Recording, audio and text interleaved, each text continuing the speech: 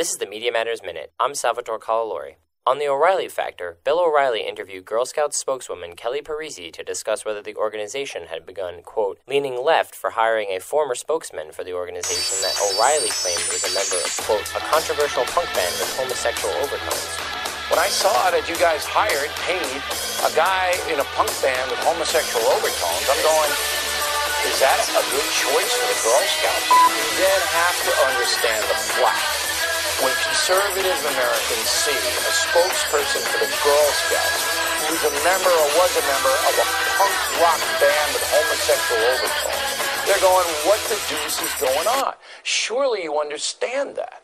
It's not the first time O'Reilly has worried about homosexuality in a national scouting organization. In 2004, he said it would be, quote, impossible for any children homosexuals because of the potential liability. For more on this and other stories, please visit MediaMatters.org.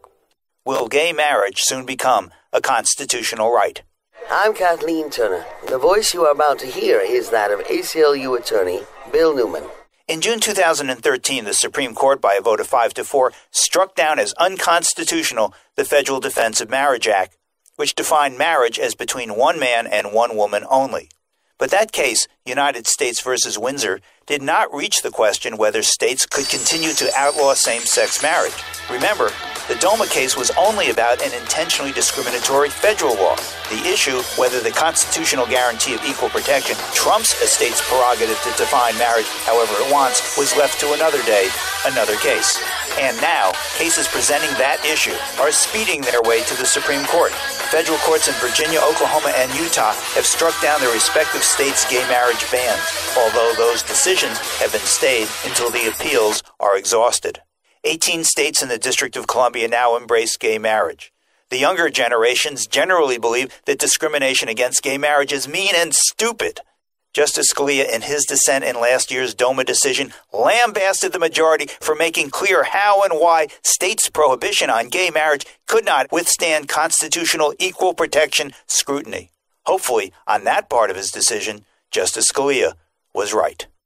The Civil Liberties Minute is made possible by the ACLU because freedom can't protect itself. Packers. Vikings. We come from different places. Uptown. Downtown. We come to different conclusions. Half empty. Half full. But when we live united, we make can a search real for hotel difference in the deals building until your blocks of fingers life. fly off. Children succeed in school, families gain financial stability, the health of our neighbors Or improves, use Kayak and suddenly to so search do our hundreds of hotel communities. sites to find Real the best change deals in won't happen seconds. without you. Live United. Kayak. So Search give, one and done. advocate, volunteer, Live United.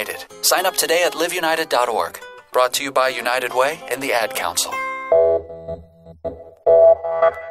You're listening to WIN, Workers Independent News, a production of Diversified Media Enterprises. I'm Doug Cunningham. Just as the Republican Governors Association is launching a six-figure media buy in Wisconsin attacking Democratic governor candidate Mary Burke, thousands of emails from one of Governor Scott Walker's criminal former staff members were released. Wisconsin newspaper headlines blared that Walker was linked to these illicit emails.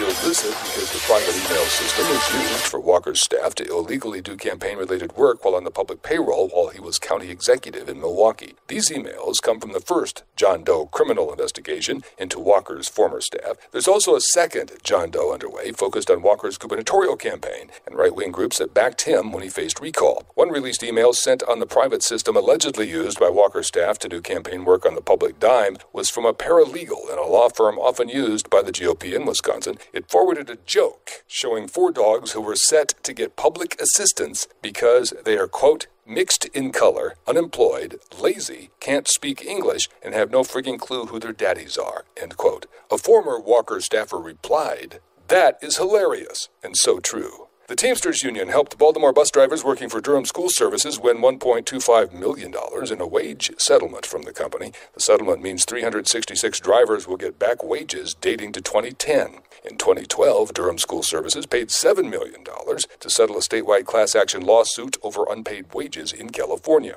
A federal court has preliminarily approved the Baltimore wage settlement, and an April 4th hearing on it is scheduled. The unpaid wages were for time spent on pre- and post-trip bus inspections, time workers spent cleaning and fueling the buses, and time spent training. Unpaid overtime was also an issue. Durham is the second largest school bus company in the U.S. The Teamsters say workers for Durham and Spring Grove, Pennsylvania, meanwhile, have voted overwhelmingly to authorize a strike after months of fruitless negotiations. The workers are calling on Durham to bargain in good faith to reach a fair and equitable labor agreement. The National Treasury Employees Union, NTEU, won an election to represent 1,300 employees of the National Park Service National Capital Region. NTEU President Colleen Kelly says the union looks forward to developing an effective relationship with management to get dignity, respect, and adequate resources for the workers who are now members of NTEU. Well before the March 31st deadline, California has exceeded the 2014 Affordable Care Act enrollment goals. More than 728,000 had enrolled in healthcare exchange plans by the end of January. Another 877,000 are eligible for expanded Medicaid coverage under the Affordable Care Act.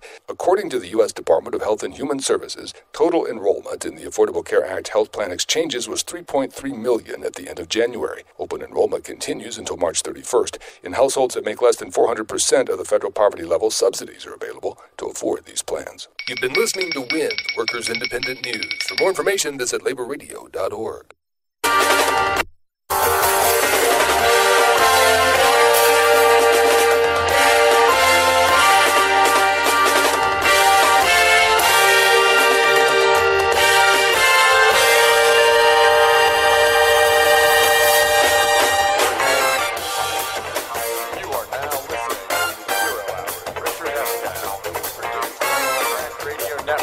Washington, D.C., and broadcast across the nation.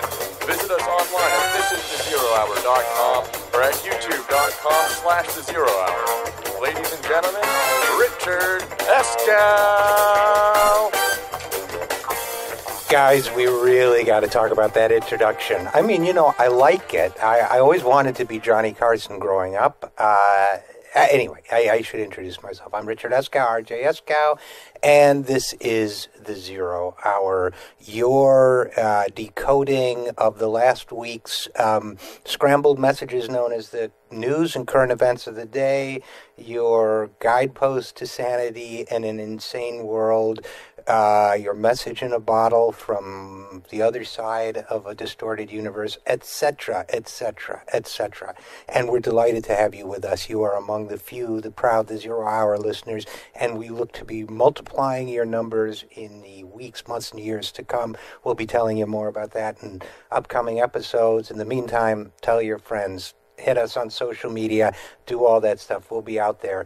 But I'm Richard Eskow, and I'm here to talk to you about the events of the last week. More importantly, I've got some interesting people we'll be talking with. In our first hour, we're really going to be talking about three things. We're going to be talking about the protests in Ukraine, the horror there, and what it means, what the new settlement means. We'll be talking with Professor Nikolai Petro, who's on the ground there right now, Fulbright scholar who's in Kiev, who hopefully in a report from there will let us know how to interpret what precisely is going on, because most of us don't have the full picture, and I'm hoping we'll be able to put that in a little bit more context. And then we'll be pivoting to the economy. It's been 5 years. Monday was the anniversary, 5 years since the president's stimulus package was passed, the Recovery and American Recovery and Reinvestment Act. We'll be talking with our good friend, the program's good friend, economist Dean Baker, about what it means on the 5-year anniversary, where the national discussion about restoring our broken economy went wrong, and we may also bring in a couple other economic developments from the week.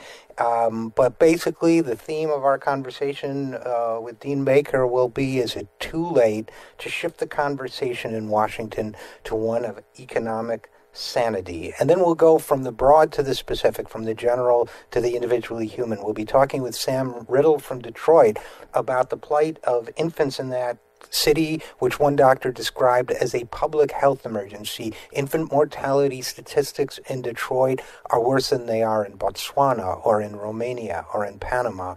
The situation is devastating there.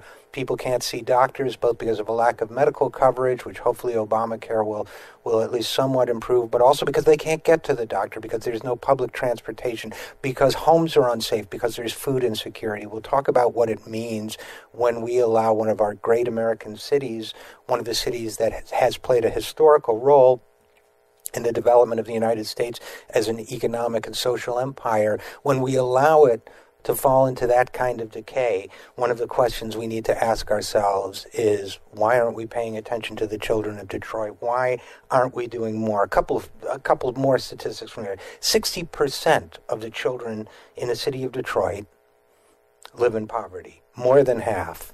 Many of them live in unsafe housing. Many, said one doctor, die of common illnesses that are easily treated, asthma and so on. The city, as you know, has declared bankruptcy, not willingly, but because its democratically elected government was removed and replaced in what seems, we love to criticize Vladimir Putin. We love to, and rightfully so, for his undemocratic behavior. We love to look down on the nations of the former Soviet Union for their undemocratic behavior, but we never seem to apply the same critical thinking to what's going on in a state like Michigan, which passed something called an emergency manager law that allows the governor, passed by a Republican governor, by the way, drafted with the aid of the Koch brothers funded ALEC group and others, allows a governor to overrule the democratically elected government of a city and appoint his own emergency manager based on what? Based on financial criteria, whether the city is paying the banks and other creditors that lent it money. Now, we don't talk about an emergency manager to save the lives of the newborn infants of Detroit, do we? We talk about an emergency manager to save the bonds and other financial instruments issued by bankers on Wall Street. Once again, it's government by the bankers, for the bankers, and of the bankers. And that is what we're seeing in Detroit today. So meanwhile, the children are suffering, the children are dying, and we're seeing things in Detroit like a symbolic ritual humiliation almost, I would say, of the people there. And I know that sounds strong, and I know I get accused of strong rhetoric, but what else do you call it when we learn, for example, that the city government is considering selling the animals in the Detroit Zoo? Now, you're talking about, they even went so far in one article as to find out how much they could get for the giraffe in the Detroit Zoo. So in other words, if a child manages to escape the 60% poverty rate, if a child manages to escape the food insecurity, the infant mortality, the rampant violence that sometimes claims the lives of children as bystanders, the home problems, the transportation problems, the education problems, that child doesn't get to see a giraffe because somebody who is not elected to run that city has determined that it's more appropriate to show the people that they don't even deserve that. The citizens of Detroit are not the people who ran the city into bankruptcy in the first place, particularly the city employees that are being expected to lose their pensions. Now, these city employees didn't issue the bonds. They didn't do the deals with Wall Street banks. And while you're looking at the economic problems of Wall Street, I would suggest, Mr. Mayor, or excuse me, Mr. Emergency Unelected Manager, I would suggest you take a look at what happened to all the money that was entrusted to Goldman Sachs and other banks in Wall Street. It's still unaccounted for why so much pension money is missing in Wall Street. So I would suggest you go there instead of asking the retired sanitation workers and teachers and firefighters and police officers of Detroit to bear the load. I would suggest you investigate what happened to that money. Was it badly invested? Was it taken? How much went in fees? Because these are the parties responsible, not the citizens of Detroit, and certainly not the newborn infants or the young children of Detroit or the school children who might be taken on a field trip to the city's zoo. So we will be talking with Sam Riddle our first hour. I guess if we were to look for a theme, the theme would be protest in the Ukraine, searching for economic sanity in Washington, the perils of economic insanity in Detroit. And you might ask yourself as we go through this hour, if they're marching in the streets in Ukraine, why aren't we marching in the streets for the children of Detroit? I'm Richard Eskow, and this is the Zero Hour.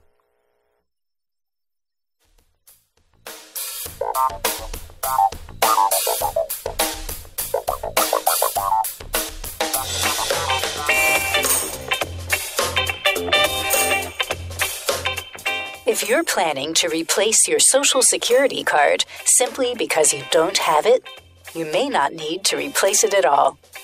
What's most important is that you remember your Social Security number. Remember during school how you memorized information and answers for tests? In the same way, you should memorize your Social Security number. Knowing your number is important, but having the card may not be. If you really do need to get a replacement card to show to an employer, it's easy to apply for a new one. Find out how at www.socialsecurity.gov/SS number.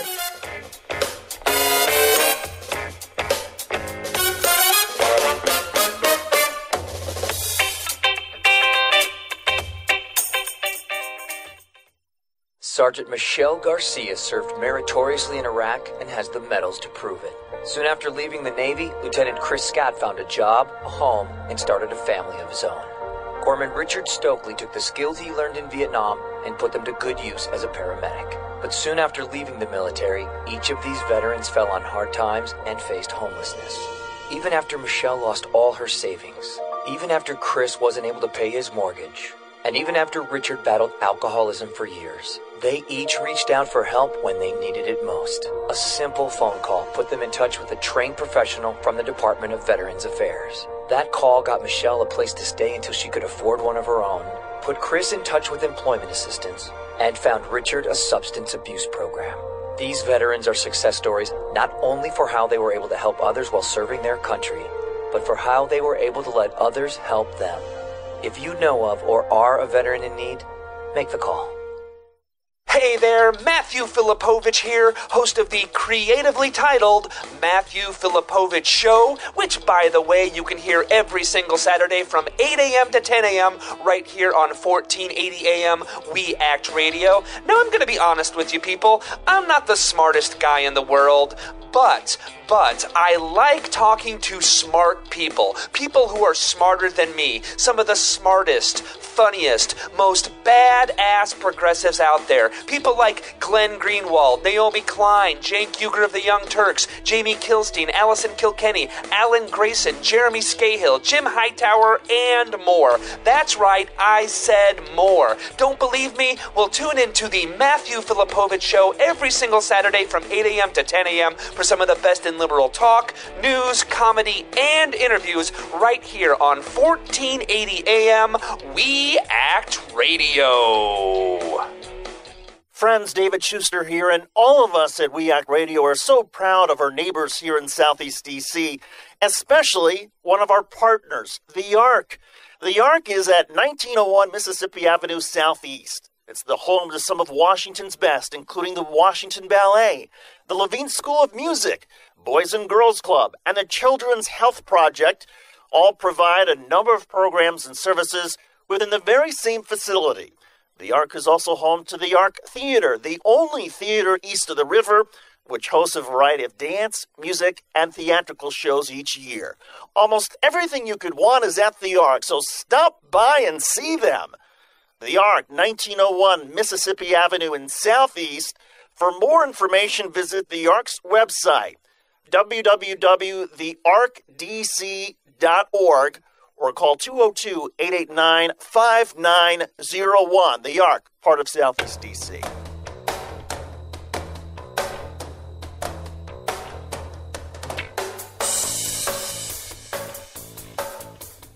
And we are back on the Zero Hour. I'm Richard Eskow, RJ Eskow, and our topic in this segment is the news from Ukraine. Our guest speaking with us from Kiev is Professor Nikolai Petro, who is a Fulbright Research Scholar there this year. He is a professor of political science at the University of Rhode Island. He's an academic specializing in Russian affairs and has served as the U.S. State Department Special Assistant for Policy on the Soviet Union under President George Herbert Walker Bush. We will have to talk about that sometime, Professor Petro, because I also served as a consultant to the State Department in Central Europe under President Bush the First. So very welcome to the Zero Hour. Thanks for joining us.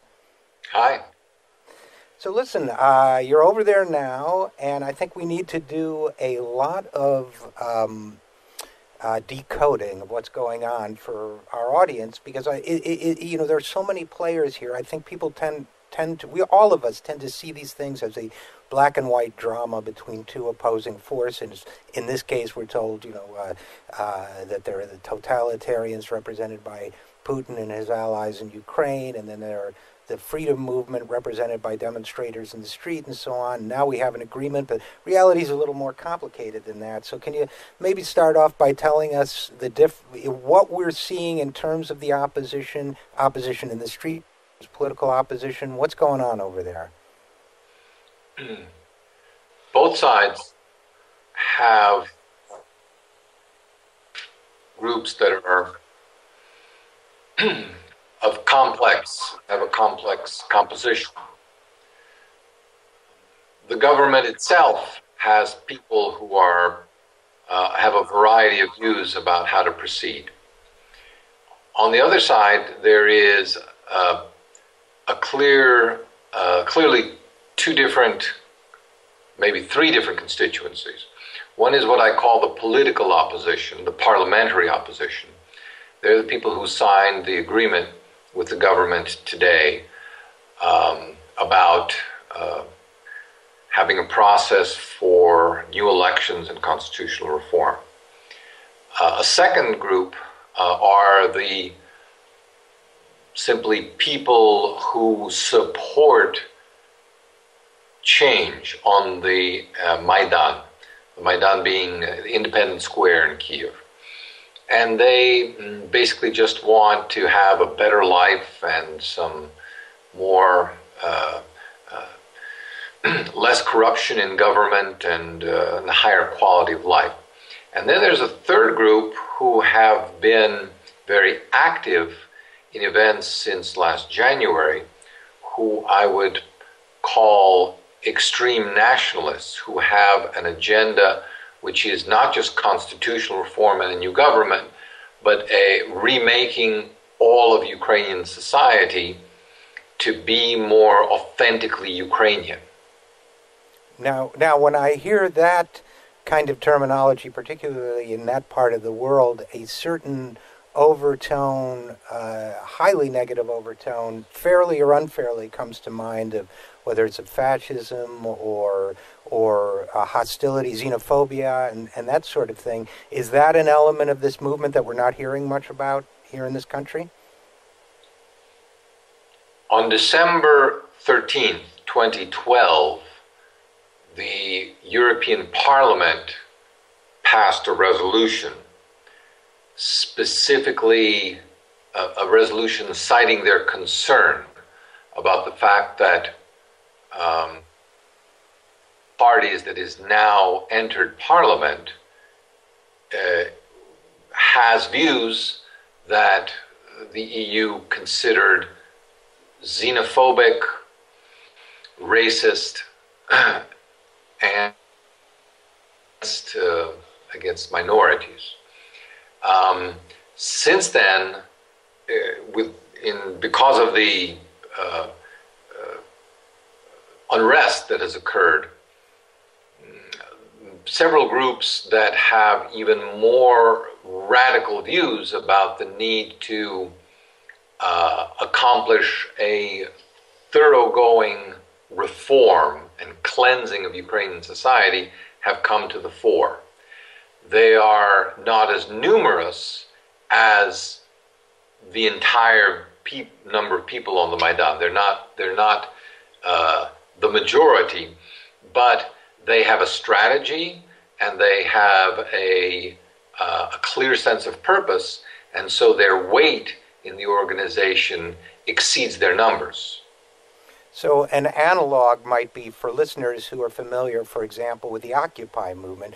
The Occupy movement had on the other extreme, its own radical anarchist element, which, while small in numbers, was very well poised to take advantage of any confusion and disorder. And I think this is an important point for American audiences, because we hear random phrases like radicals are calling for a new social order as an element of these demonstrations. And I think a lot of people tend to think, well, maybe they're resisting inequality or social injustice, but they're really talking about it sounds like they're talking about an ethnic restructuring as much as anything else, that it's a frightening movement, and that which leads me to my next question. You have American politicians across the political spectrum, from Howard Dean to those on the far right, basically condemning Putin and his allies in the government and suggesting that sanctions, for example, might be a good idea. I know we have a new deal announced. I'm going to ask you about that. But when Americans call for sanctions, are they in effect inadvertently empowering some of these extreme nationalists and others within the movement? Well, given the agreement that was recently signed, which obliges the government and the political opposition to come together to form a government of national unity, I'm not sure that the sanctions are all that relevant anymore, because this should head off any... It simply loses its effectiveness, because the people that one would sanction are also the people that one wants to support, so that the government can succeed in preventing violence from continuing. So I don't think we're going to have... the sanctions have sort of had their day as an issue. Okay, provided, of course, that the current peace agreement holds. But I'd like to say a few words about the nature of these extreme nationalists, which is a group that includes, but is not limited to, an umbrella organization called the right sector. Now, this right sector, which has been labeled, I think properly, the spearhead of the revolution, does not feel that it owes any allegiance whatsoever to the parliamentary political opposition. And their vision of a national revolution, as I mentioned, involves a new social order. They also, and specifically, view the entire party political system with skepticism, as they do both what they call the imperial ambitions of Moscow and the West toward Ukraine. Now, Moscow, understandably, it's like their imperialism is ever present, obvious to resist. But what Ukrainians, these nationalists argue, don't quite understand is that the West is also trying to subvert the awakening of the Ukrainian national spirit with words about dialogue and compromise. However, the right sector is convinced that despite these efforts of the West, and I quote here, the people will finally awaken and, burnished by the flames of national revolution, will be able to stand up in opposition to the democratizers and their local lackeys. So I think, in fact, you've hit upon a very key point. Right after this agreement was made public, the head of the right sector, Dmitry Yarov, said, we don't accept this agreement. This is basically a betrayal of the purposes of the revolution, and we will continue on with our agenda. Now we shall have to see whether the government and the opposition can muster enough mutual respect and agreement with each other to be able to deal jointly with and suppress the radical nationalists, which is, I think, the only way that they will be dealt with successfully. Well, we'll have to leave it at that, Professor Petro, but thanks so much. This is very informative. We've been speaking to Professor Nikolai Petro about the situation in Ukraine, where he is locally. Good luck to you, sir, and thanks so much for joining us on the Zero Hour. Thank you.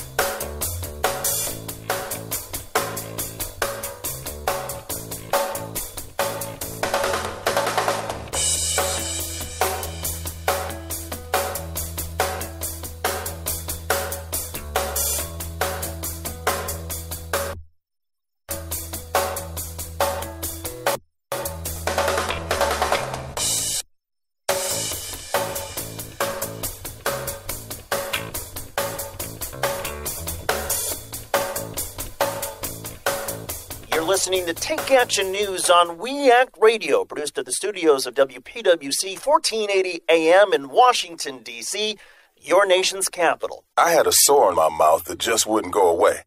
And after a couple of weeks, I went to my doctor. A sore, lump, or thick patch in your mouth or throat could be a symptom of oral cancer. My doctor told me I was smart to come in. He said that oral cancer is more common in African American men than in any other group in the U.S. It turns out I did have oral cancer, but it was caught early and my treatment was successful. I'm glad I got it checked. That probably saved my life.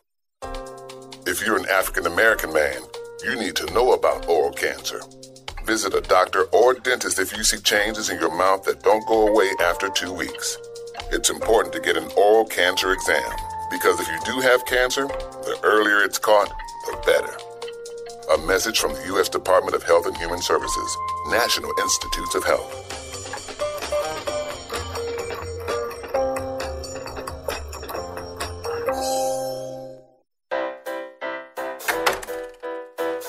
Jeff, I'm home. Hey, Mom. So, what did you do today? I noticed the dishes are still in the sink. I've been busy. Getting your taxes done like we talked about? Oh, I got my friend Dave on that. Hey, he's only charging $20.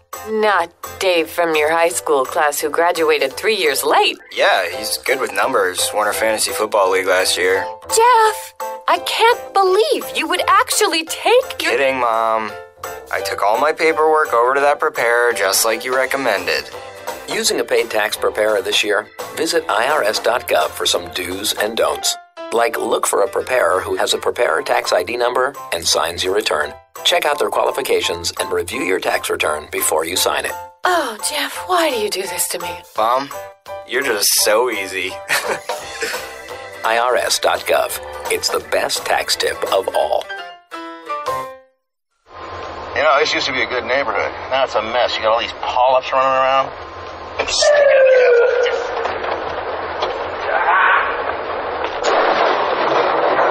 Colon cancer almost always starts with the polyp.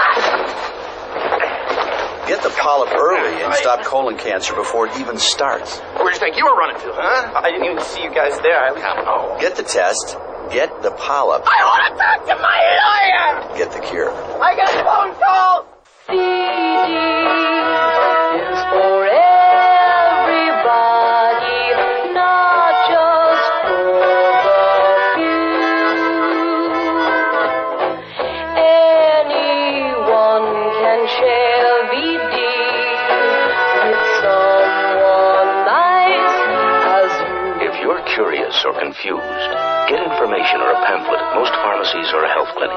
If you need help, see a doctor. Would you like to secure stable employment, affordable, high-quality child care, or an opportunity to serve your community through meaningful volunteer and internship experiences? If so, UPO is the place for you. Hello, I'm Andrea Thomas, Vice President of Administration and Chief of Staff for UPO. As the Community Action Agency for Washington, D.C., UPO has proudly served the residents of Washington for the past 50 years.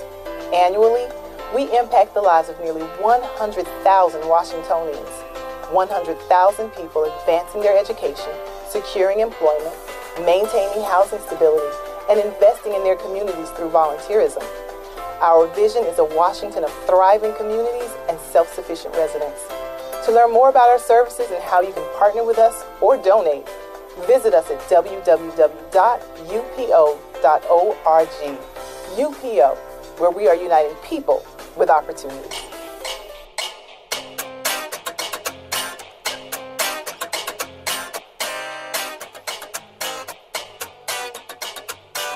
We are back on the 0 Hour. I am Richard Eskow, RJ Eskow, and you are listening to the 0 Hour, presumably, or you wouldn't know I just said that. Our next guest is someone we always appreciate having on this show because sometimes following the economic news is one might describe it as a hallucinogenic experience, and it's always good to find a sane person in the land of the hallucinogenically impaired. Dean Baker is co-director of the Center for Economic and Policy Research in Washington, D.C. He has written extensively on the subjects of economics. The Conservative Nanny State is one of his books. Social Security, The Phony Crisis is one of his books, which was written quite a while ago, but they continue to promote that phony crisis meme, and he's written on Medicare, other social programs, the run-up in home prices, is it real or another bubble? He wrote that more than 10 years ago, and I think we know the answer to that one right now. And here with us, hopefully right now, is Dean Baker. Dean, are you with us? Yeah, I am, sure. How are you doing, Paul? Well, Richard, I'm sorry. That's all right. Someone named Paul.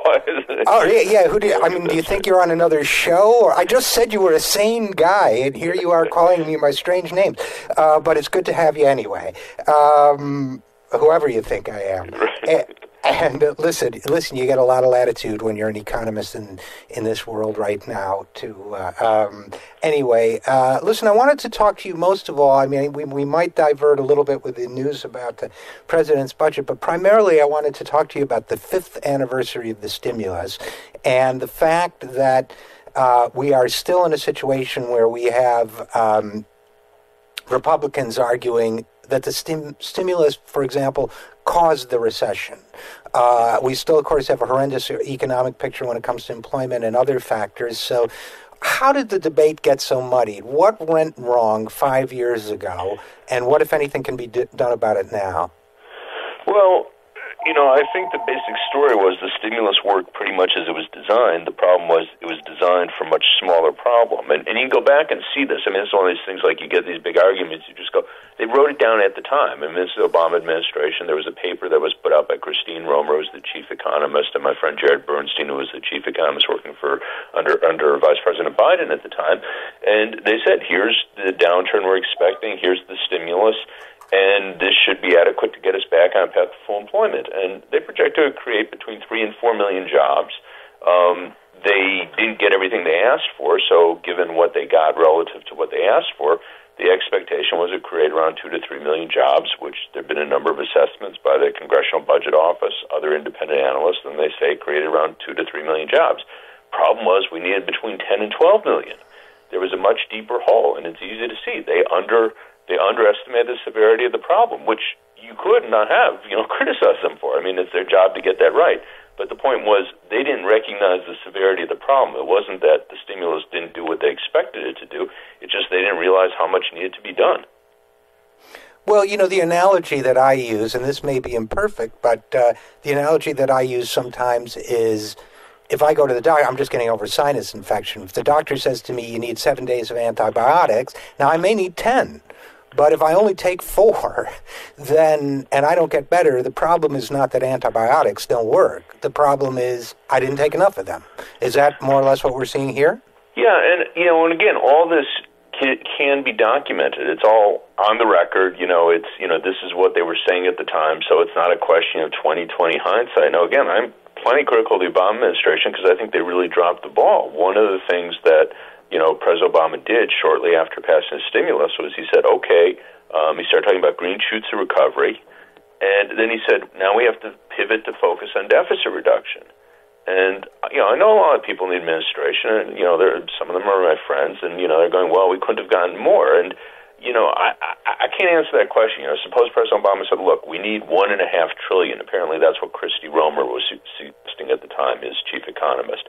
But, suppose he had said that. The argument was they might have gotten nothing because, the Congress just would have said, oh, my God, that's crazy talk. So who knows? That might be right. But the one thing I could say with absolute certainty is after the thing passed, after you got the stimulus passed, according to their own statements, this is from people like Larry Summers, Christine Romer, the other top advisors, they said they all knew it wasn't enough. So why didn't President Obama say, that night, the next day, great, we got this through, good first step, really important, but turns out the hole is bigger than we thought, 100% true at the time.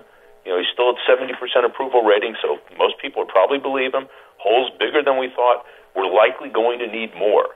And then start to lay the groundwork for further stimulus. Instead, he flips over and says, oh, We have to, pivot to deficit reduction, and that got us on this path. He appointed Erskine Bowles and Alan Simpson to head up this deficit commission, and that's where we were going from that point forward. Get the deficit down. Don't worry about unemployment. Get the deficit down, and that's where we've been. Well, this goes back to my medicine analogy a little bit, doesn't it? I mean, if I only take 4 days worth of antibiotics and don't get better, it's on me. But if the doctor tells me 4 days is enough and I don't get better, then I lose my faith in the doctor a little bit. Exactly, and that's really the problem we had here, that they oversold the stimulus. They said green shoots of recovery. So you had people that might otherwise have been willing to give President Obama the benefit of the doubt. They heard him say, this is going to turn it around. And clearly it wasn't enough, and again, we knew that at the time, and his people knew that at the time. At least they all insist that. I wasn't party to the conversations that Larry Summers and Christine Romer had with President Obama, but they all insist, no, we knew it at the time. That's what we said at the time. So somewhere between their mouths and President Obama's decisions, we got this story all wrong. Now, well, okay, and now the problem is we're 5 years later. We had all these years of talk about deficit reduction when we hadn't taken nearly enough of the stimulus medicine we needed to put people back to work and get the economy moving.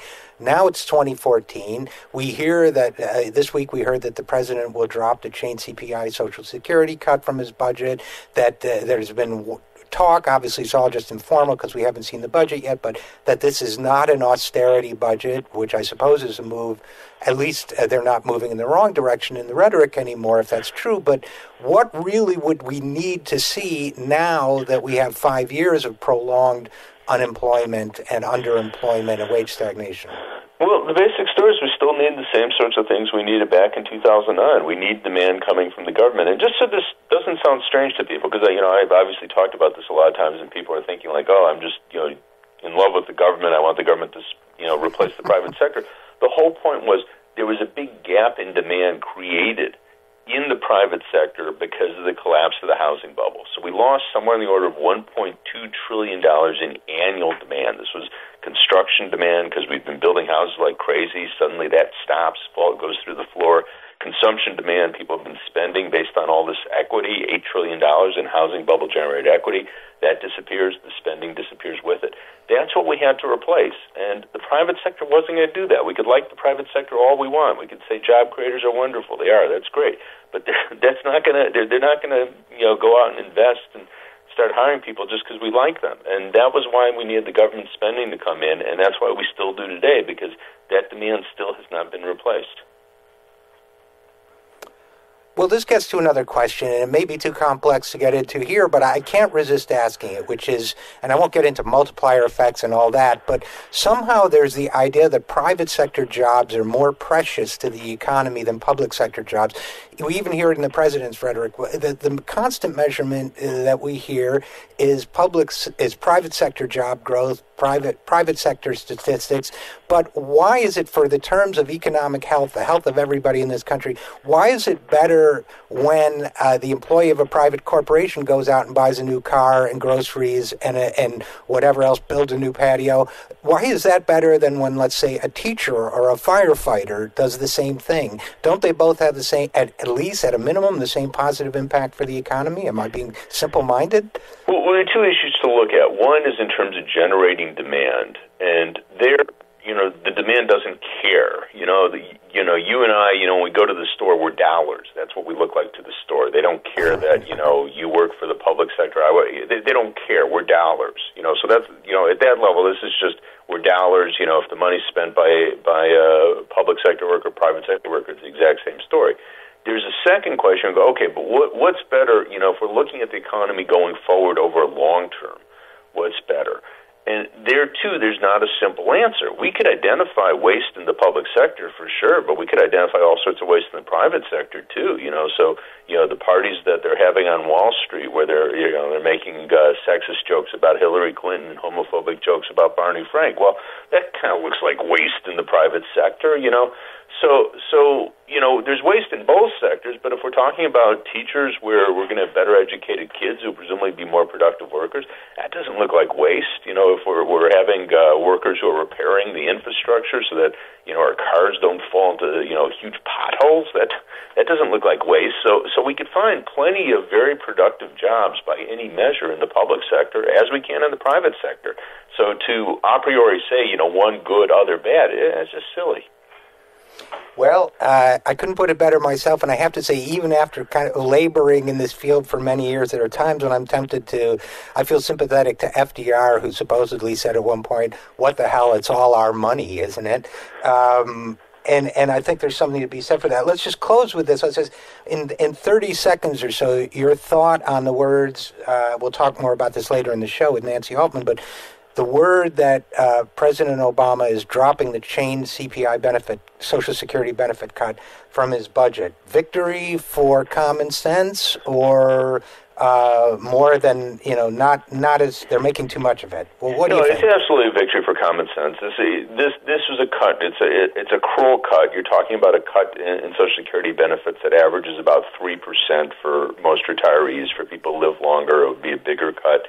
And the point is, most retirees are not living well. They, if anything, they need more money, not less. So this was tremendously important symbolically because it meant President Obama was willing to take the tough steps, as they would say here in Washington. But for the rest of us, it meant he was willing to kick, ordinary people, hardworking people, and kick them in the rear to, show the Wall Street people he was serious about reducing the deficit. That was bad. That was a bad story. Well, good. I'm glad to hear it because I think a lot of Democrats who are running for Congress in November will be glad to hear it, too, that they don't have to run on a cutting Social Security political platform. So, Dean Baker, as always, a great pleasure to have you with us. Thanks for joining us. Thanks a lot for having me on. And we will be back after this. I'm R.J. Eskow, and this is The Zero Hour.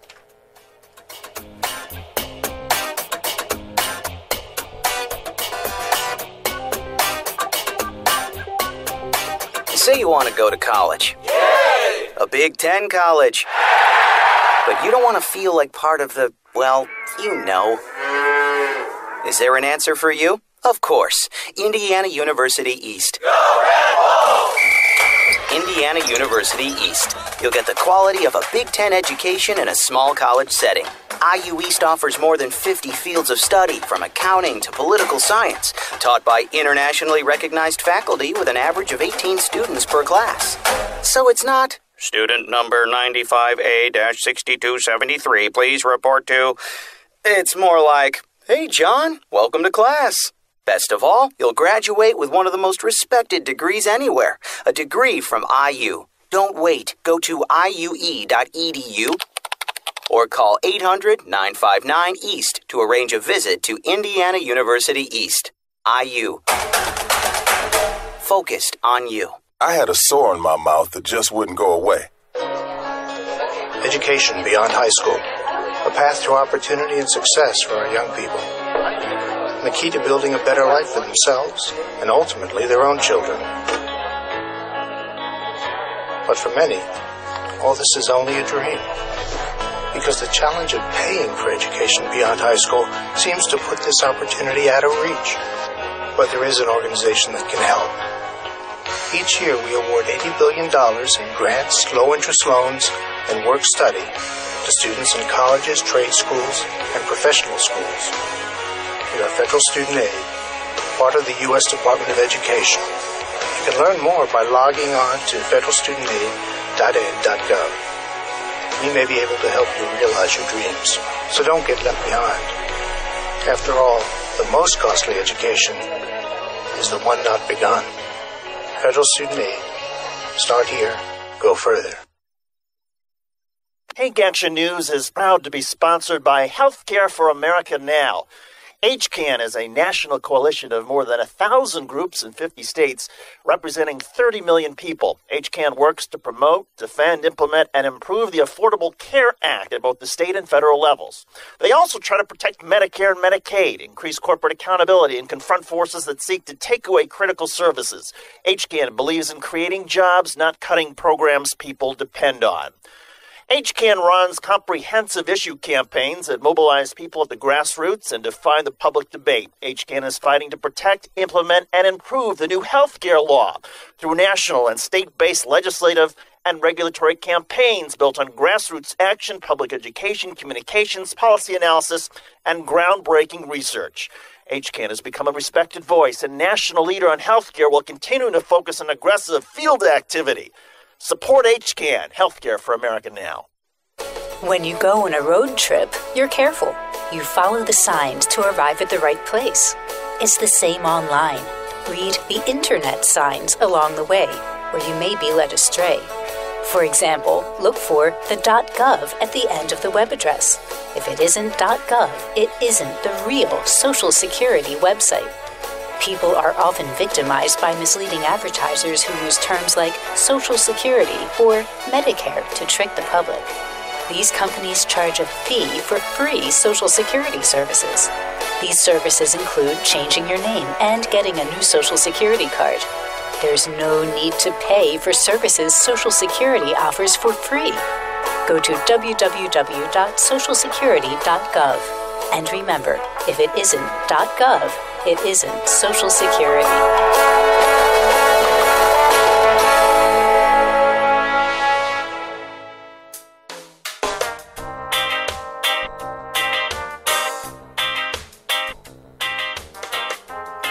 And we are back on the Zero Hour. This is Richard Eskow, RJ Eskow. And as we mentioned in our opening monologue, Detroit, where the democratically elected government has been replaced by an unelected emergency manager, the emergency in question being financial and the ability of the city to repay Wall Street for loans and bonds and so on. The emergency apparently not being considered an emergency by the decision makers. The new study showing that infant mortality in that city is higher than Botswana, Romania, or Panama. 60% of children living in poverty, food insecurity, unsafe housing, public health emergency, as one doctor called it. But that's not what the emergency manager is there to talk about. And our next guest hopefully will give us some clarity and sanity on that issue. Sam Riddle is the political director of the Michigan chapter of the National Action Network. He dropped out of high school to serve in Vietnam, then went back to school, law school eventually, has had a very interesting life since then, writes a column for the Michigan Citizen, as well as working with the National Action Network. He's there in Detroit. Mr. Riddle, thanks so much for being with us. Hey, it's great to be with you guys. I spent a lot of time in that area and in Northern Virginia, in Fauquier County in particular. But fire away, what's up? Well, listen, I got to tell you, I lived in the Detroit area for a while many years ago, and I just got to look back and say, what is going on there? How is it? There's so many things we could talk about here, but how are people coping with? You got a public health emergency. You got people not represented at City Hall. How are people dealing with this on a daily level? What's it like to be there right now?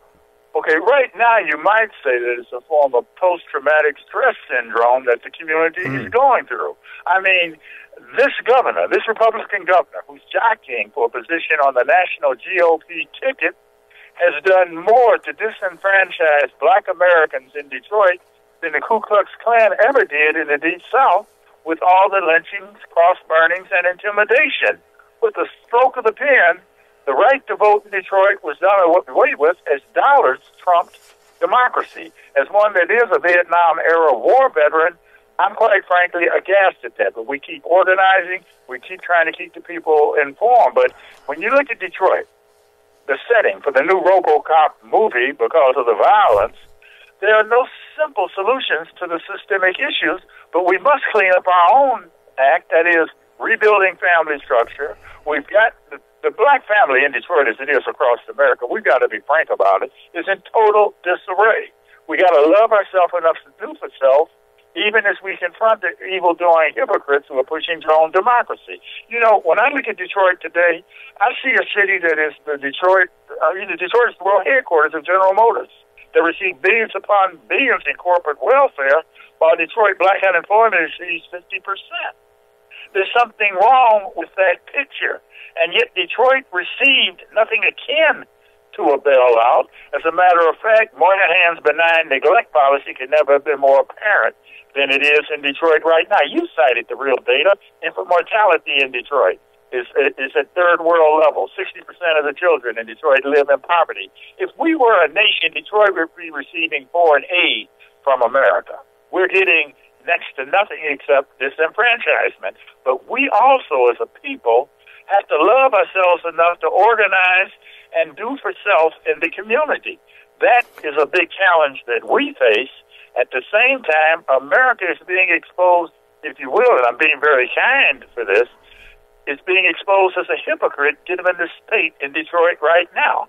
You bail out GM, yet you do nothing for single female head of households in a community where the illiteracy rate is every other person. That's right. Every other person is deemed to be functionally illiterate in the city of Detroit. We've got some big issues there. See, I look at a city like Detroit, and I know that in many parts of the country, people think of Detroit as somehow the other. Well, their problems are worse than ours. Maybe it's because there's a racial difference. They're not the same color as us. They're not the same background as us. They have a different history than us. But I see it a little differently, and I want to get your thoughts on this. I see Detroit in a way as the canary in the coal mine, as other parts of the country are for the nation as a whole, that if they can do this in Detroit, they can do this anywhere. You know, first they came for Detroit, and I did nothing. And then when they came for me, there was nobody to do it for me. So my question to you, Mr. Riddle, is once you've been disenfranchised like this, and is not the only part of the country that's seen some form of disenfranchisement, we know about those 12-hour waits in minority neighborhoods in Ohio and so on to vote. So there are all sorts of strategies for disenfranchisement that range from media lying to literal disenfranchisement. What do people do in a city like Detroit? What is that loving themselves, which I would say ultimately is ourselves, what does that look like in terms of concrete action that the people can take to resume control over their own lives? Well, first of all, we have to expose what is happening in Detroit. And your analysis is very tight because there are cities waiting in line to be the next Detroit. Not coincidentally, most of those cities will be heavily black. They will be heavily black, and we are no longer an economy dependent on labor-intensive efforts. You know, today, we obviously are trending high-tech. There's no need for the labor-intensive industry that we used to see. And believe me, when people say, how can you go back to slavery? Well, here's the deal. America built its economy, as you know, on the backs of free labor. Our labor, and now folks would like to turn their head the other way as if that didn't happen and say, oh, we've got to move beyond slavery. But what we're seeing today is the net impact of that. But we have to be strong enough as a people to organize within our community, use what resources we can to set up an economic base in city after city. We talk about that as if we're shouting in the wind sometime, but until we start doing that, they might as well be sending the railroad cars for us, given the pipeline from grade school to prison. That's an ugly reality. I saw it firsthand, and I can tell you right now that if we don't step up and organize, not just in Detroit, but all over the nation, we're going to see more Detroits. Right now, your city may be in line for that. Well, and my first job after college was in a city named Vallejo, California. Now, Vallejo, California, also majority African American, also happens to be another city that's under emergency management, even though it's not in the state of Michigan, which has the emergency manager law. It's on a different set of rules. We have a city like San Jose, California. So we only got about 30 seconds left, but Mr. Riddle, where can people go to learn more about this kind of vision for self-empowerment well, and they action? can get a hold of the National Action Network. They can read their local newspapers. But understand this, banks are directly responsible for what is occurring in Detroit, yet banks got a bailout. With their predatory lending in Detroit, across the nation it was 20%. In Detroit it reached about 80%. And they've not been held accountable yet. But get a hold of the National Action Network. We have information for you. We're online. All right. Well, you know, to what you just said, all I can say is amen. Sam Riddle, thanks so much for being with us. We will be back. I'm Richard Eskow, and this is The Zero Hour. Okay, thank you.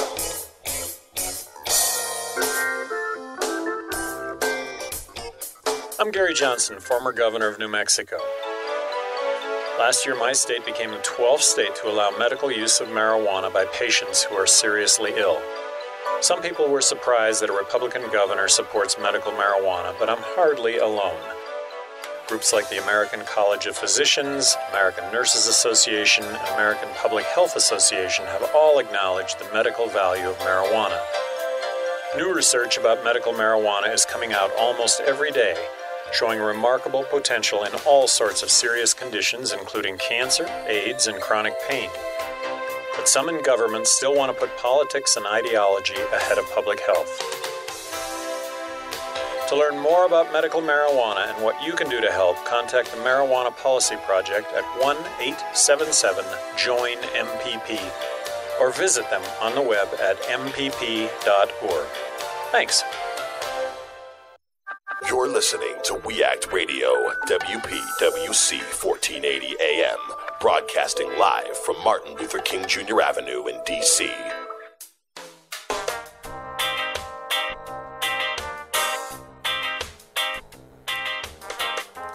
And we are back on the Zero Hour. I'm R.J. Eskow, Richard Eskow, and our next guest is Tal Zielinski, Chairman and Co-CEO of iControl Universal Collaboration Solutions, but that's not why he's here. He's here also because he is a member and activist, Smart Capitalists for American Prosperity. The Smart Capitalists were on Capitol Hill this week, sending their message to the President and the Senate and House of Representatives that they, among other things, marched, but also wrote a letter which said, and I quote, "We are writing to ask you to advance growth, prosperity, and economic freedom by raising the minimum wage to at least $10.10 per hour and indexing it to inflation. We make this request as investors, business owners, and employers who are members of the so-called top 1%. We make it because it's good for American business, it's good for taxpayers, it's good for America's global leadership." Mr. Zielinski, thanks so much for being with us. It's my pleasure. Thanks for inviting me. So listen, I have a lot of questions we might ask you, but let's start with this one. Why are you guys the exception and not the rule? Why don't more business owners understand the value of a stronger minimum wage in terms of increasing demand for their products and so on? Is it because not enough business people have the broader vision to see that this is useful? Is it because they want to pay the minimum amount possible for labor? Why are you guys the exception, if you are, rather than the rule?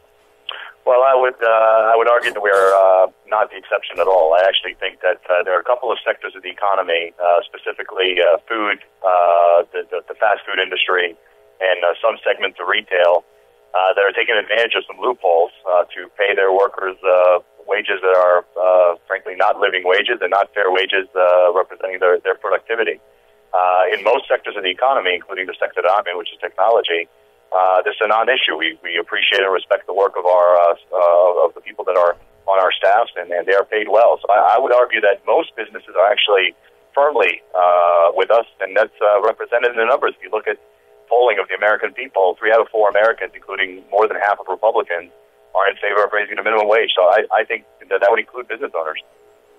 Well, I would tend to agree with you, but and yet we don't hear from guys like you as often as perhaps we should. That's why I appreciate you guys coming to Washington this week, and that's why I wanted to have you on the show today. Now, just for my own understanding, I don't know how many employees you have here in the States. It's clear to me that you pay always well above the minimum wage. But it doesn't sound to me, is this something that your business specifically would benefit from, or is this just a matter of you as a business person have looked at the numbers and you want to let the public know that what we do today doesn't make sense? Well, the latter, but you know what? In my current business, I own a high-tech company, and the lowest paid employee, the person answering phones, no one's paid below $16 an hour, and we take great pride in that. But I can say that I was the CEO of a distribution company that operated in 30 states in the United States previously, and we had 6 distribution centers, 6 warehouses in predominantly poor areas like Washington, D.C., Richmond, Chicago, the suburbs of Chicago, Baltimore. And we always paid at least $2 above the minimum wage, even though we didn't have to. There was plentiful, there were plenty of people that were interested in jobs. But we felt it was quite important to pay them higher wages. And you look at organizations like Costco, and they've done the same thing. And it's quite frankly, it's for their own benefit. When you pay employees a higher wage, you get more productive employees, you get more loyal employees, you get employees that are proud of the organization they work for, and that shows in the results of in a business, in the bottom line of a business. So I see this as a businessman. I see it as a very straightforward case where allowing a very select segment of the business community, like I said, specifically fast food restaurants like McDonald's and certain segments of the retail world to pay below living wages is dragging down the entire economy. And I think it's the detriment of all of us. Well, it's dragging down the entire economy, and I think there may be one issue related to this where left and right can agree, and that is this. Nobody wants to pay more in government assistance to lower-income Americans than we need to, and when major corporations like the top 3 food producers, whether you're talking about Yum Foods or McDonald's or any of them, when they pay such a low wage, or Walmart, and I want to talk to you a little bit more about Walmart in a moment, but when they pay such a low wage that their employees need government assistance just to survive, that's costing us all money. So what we're going to do a quick intro, and then if you're willing to stay with us after that, I'd like to ask you a little about that, and specifically about the news from Walmart this week. So please stick with us. Sure. Great. Well, let me do the intro then. I think they're going to play a little music, and we'll come right back.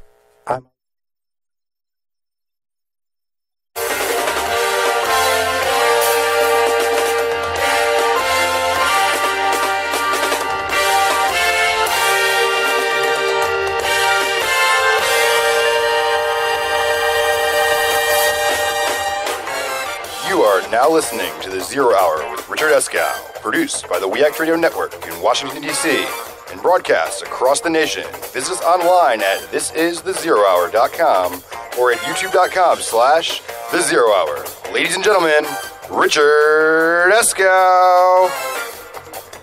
Hi, I'm Richard Eskow, RJ Eskow. We are back. This is The Zero Hour. For those of you who are just joining us now in Chicago and elsewhere, we have been talking with Tal Zielinski, who is chairman and co-CEO of iControl Universal Collaboration Solutions, a technology company, and a member and activist with Smart Capitalists for American Prosperity, who came to Washington, D.C.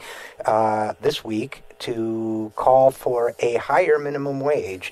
And we've been talking about why it's smart from a business point of view as well as common sense point of view to raise the minimum wage. And Mr. Zielinski, I was just about to ask you about, we had the news today that Walmart's earnings were down because they believe because their core market has been harmed by cuts to government assistance that were part of the sequestration process. So I guess my first question to you is, are you going to be calling the Walton family or flying down to Arkansas to get them to join the Smart Capitalist movement? Well, I'll tell you this. I think the folks at Walmart are very bright, and there have been some positive movements from Walmart. I thought that their announcement earlier in the week that they're going to take a neutral position on this was a step in the right direction. Obviously, not as advanced as what the Gap did by making the decision to raise the wages across the board, which will impact 65,000 employees. But I'll tell you this: as I look at this, and you mentioned previously a very good point about the fact that all of us would prefer to see people earning enough to not need government assistance. And I think if you look at the numbers, specifically in the fast food sector, over half of families of folks who are working in the fast food industry are on some form of public assistance. And if you think about it, if you think of a company like McDonald's, what does that mean? I mean, if someone works full time at McDonald's, they should be able to provide for their family without needing public assistance. And I think if we have certain companies like McDonald's, where overwhelming numbers of employees need public assistance, then to me it's a loophole. I mean, it's a loophole, and government should close that loophole. making sure the companies pay their employees appropriate wages. It's inappropriate for any company to rely on government to make up the difference. And I think what we're seeing with Walmart's announcement today is the very point that we're trying to make on Capitol Hill, which is that raising the minimum wage will infuse billions of dollars into the sector of the economy that is most likely to drive it right back into the economy.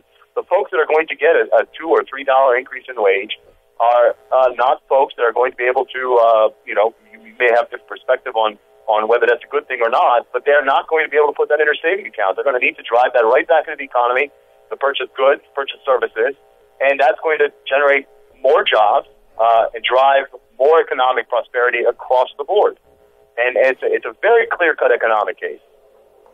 Well, and another piece of this case that I think it's worth mentioning is the fact that, we get this cliche, I call it the malt shop cliche, that everybody, the opponents of raising the minimum wage all want to tell us that, well, they're just high school kids like the Beaver and Wally from Leave It to Beaver working down at the malt shop, and they don't really need the money. But the fact is, most people, as I understand it, who are minimum wage workers in this country are adults.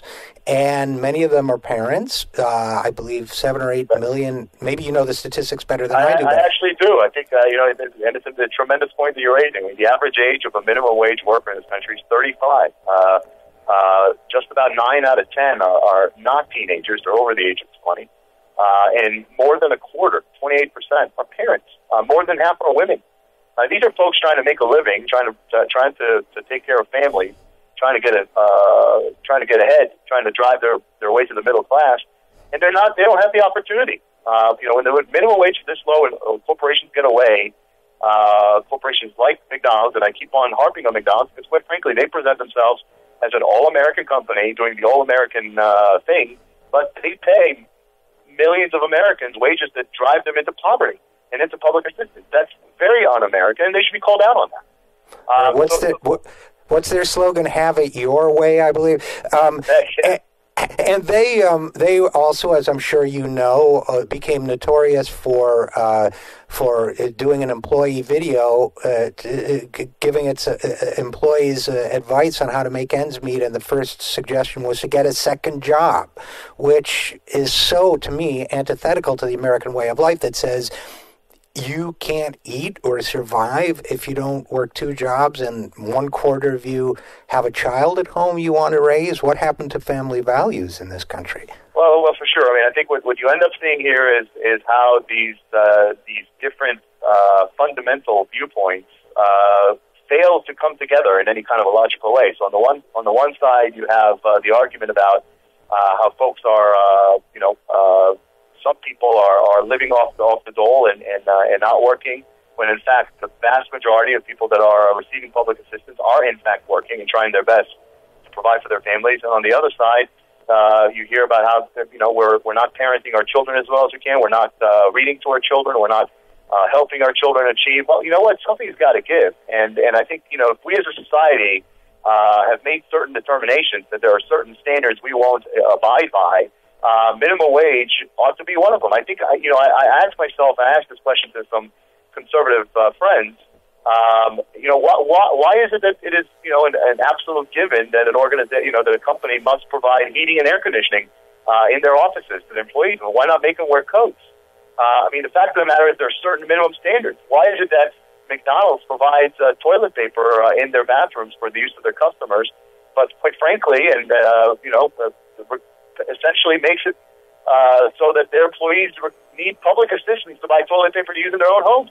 It's inappropriate, and we just have our priorities wrong. I don't think it's representative of the majority of Americans. The facts speak for themselves. 10 out of 10 times that a minimum wage has been on the state ballot, it has passed.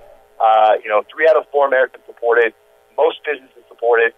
There are certain entrenched interests that are not going to support it, and you know what? They need to be pushed along, and that's what government is for sometimes. And so do the politicians who cooperate with them. I think you make a number of terrific points, and I love your analogy about why shouldn't the employees wear coats. I mean, I think that you take that to the end point, every employer in this nation would be Scrooge, and I don't think that's the society we want to be. So I hope you guys keep up the great work at Smart Capitalists for American Prosperity. Tal Zlinitsky, thanks so much for being with us.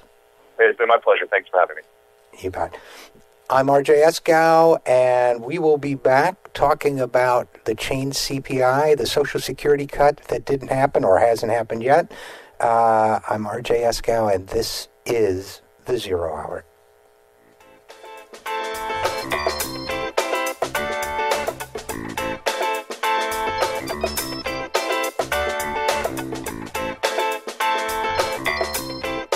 Our children are exposed to violence every day. In their neighborhoods, in their schools, even in their own homes. Exposure to violence can have a devastating and lifelong impact. Through community action and leadership at the national level, we're identifying the children who need our help. I'm Attorney General Eric Holder, and I'm asking those of you who have a role in a child's life to take action. Through your attention and early intervention, we can help children in need to heal, to thrive. Together, we can change their lives and their futures. Join the Justice Department in defending childhood. 100% success rate in modifying your home. Free consultations at 2%. Does this sound familiar? If you're in need of assistance with your mortgage, be careful where you turn for help. Loan modification scammers will offer deals too good to be true. Learn the signs so your life won't be turned upside down. Know it, avoid it, report it. For more information or to report a scam, call 1-888-995-HOPE or visit HUD.gov/prevent-loan-scams. As a National Guard or Reserve member, you served your country. Now let VA serve you. I wouldn't be here today as a successful woman without the help that I received. Your VA honors your service by providing a wide range of veterans benefits. From home loans to job training, VA benefits can help with some of life's toughest challenges. What's important about VA benefits is they don't just touch you as an individual. They can touch your parents, maybe your grandparents, your child. Go to benefits.va.gov/Guard Reserve to learn more, including how to apply online using e-benefits. I just finished a master's degree recently, and now I'm working on another degree as well. So the military made that all possible. My veterans benefits made that all possible. No matter what the time is, apply for your benefits. You earn them. VA is ready to help you. Achieve your next mission. Learn about and apply for your VA benefits today. Friends, David Schuster here, and all of us at We Act Radio are so proud of our neighbors here in Southeast D.C., especially one of our partners, the ARC. The ARC is at 1901 Mississippi Avenue Southeast. It's the home to some of Washington's best, including the Washington Ballet, the Levine School of Music, Boys and Girls Club, and the Children's Health Project. All provide a number of programs and services within the very same facility. The ARC is also home to the ARC Theater, the only theater east of the river, which hosts a variety of dance, music, and theatrical shows each year. Almost everything you could want is at the ARC, so stop by and see them. The ARC, 1901 Mississippi Avenue in Southeast.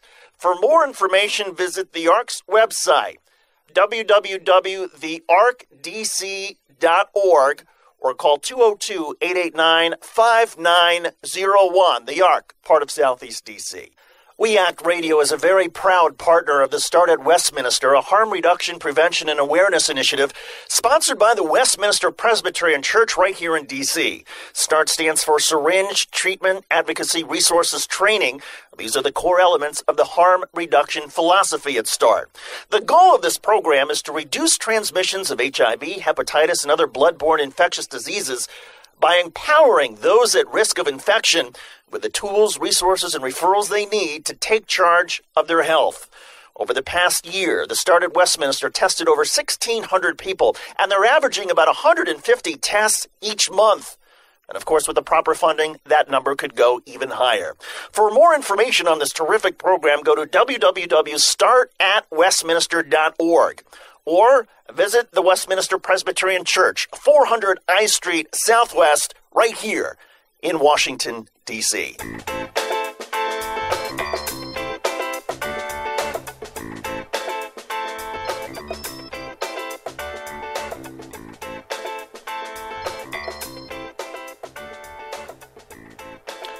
And we are back.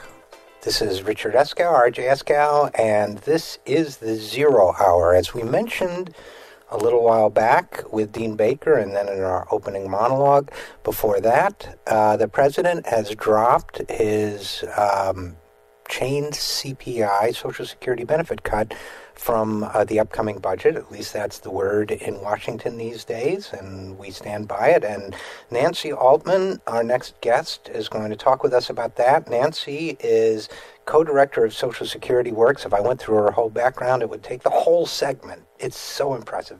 But 35-year background in the areas of Social Security and private pensions, co-director of Social Security Works, co-chair of Strengthen Social Security Coalition and Campaign, author of The Battle for Social Security, which is a very informative book on this topic. Great faculty appointments, Harvard Law School, and courses on private pensions and Social Security, Kennedy School of Government, etc. Worked for Alan Greenspan as his assistant for the bipartisan commission that developed the 1983 Social Security amendments when there really was a problem with Social Security, unlike now. And all sorts of good stuff like that. She's also a lawyer, so if I ever get in trouble, maybe she'll bail me out. Nancy, are you with us? I am. Thank you so much for having me.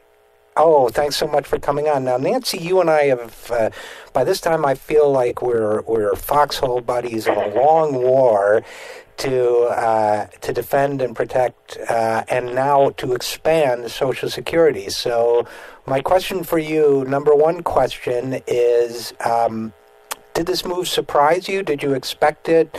How should we feel about it? I think it's a very important move. It's really a turning point. It did surprised me a bit, just because the forces that, as you know, there are very well-funded, powerful forces trying to cut Social Security. They've been trying to do it, really, my book says, since the beginning. And they've really been in ascendancy. But we've had battle after battle, the Bowles-Simpson Commission, the Super Committee, the fiscal cliff, on and on and on, until finally this idea of cutting Social Security has become toxic, and even the president, who has been on the side of those centrist forces, has now backed off. So it's an important victory. It surprises me a bit, but the one interesting thing about the history of Social Security are the American people are unbelievably united, and so far our democracy has worked. The American people have had their way.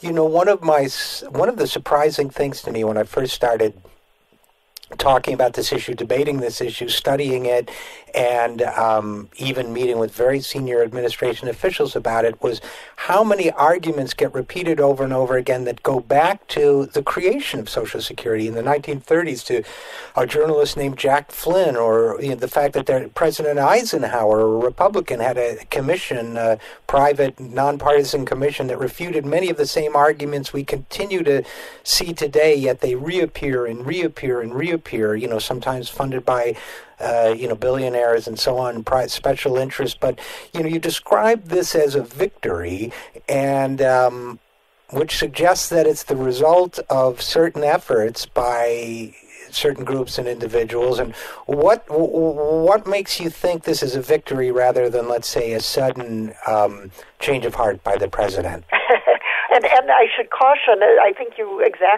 said exactly correctly, this is a victory in an ongoing war. So we do not declare victory and go home. We redouble our efforts. Because as you say, the way that we know this is not an honest debate is, as you say, the same arguments come up every few years. I mean, we could almost name them in our sleep. These are worthless IOUs. That was first said by Alf Landon and first refuted in 1938 by an advisory board established by Republicans and Democrats in Congress. And I have to interrupt you just for a second, Nancy, to say that was used on me by a Fox radio host. He said they're just IOUs, and I said, don't you pay your IOUs? Well, and IOUs sounds like it's, a fourth grader giving a loan. These are treasury bonds backed by the full faith and credit of the United States. They are legal instruments. So I contest most people who have stocks and bonds and who have bonds to say, oh, they're just IOUs. It sounds trivial, but it's not. And as I say, this has been going on since the 30s. This war, somehow this is unfair to children. They were saying to young people that argument. I first heard that argument when I was part of the group that was being victimized, and now the same argument comes up because now I'm one of the perpetrators. So all that's happened is that I've aged. So these arguments go on and on. I do think, whether it's a change of heart or not, I mean, the good news is that the president, in announcing that he was dropping the chain CPI for the first time, said this is a Republican idea. Up until now, it's all been done behind closed doors. And in fact, we were hearing that seniors or anyone, constituents calling members to complain about this, they called Republican offices. The view was, hey, this is a Democratic proposal, call the White House. So neither side, this is a baby neither side wants to own. But at least now the president is saying, no, it's not mine. So whether it's a change of heart or he's woken up to reality and it feels the pressure, either way, it's a victory for the American people. And I'm going to make a case, you're welcome to disagree with me, but I'm going to make a case for the latter, that he's woken up to political reality, that your own group, I think it was, sponsored polling showing a 20% drop or greater for Democrats on this issue once the president started talking about Social Security cuts.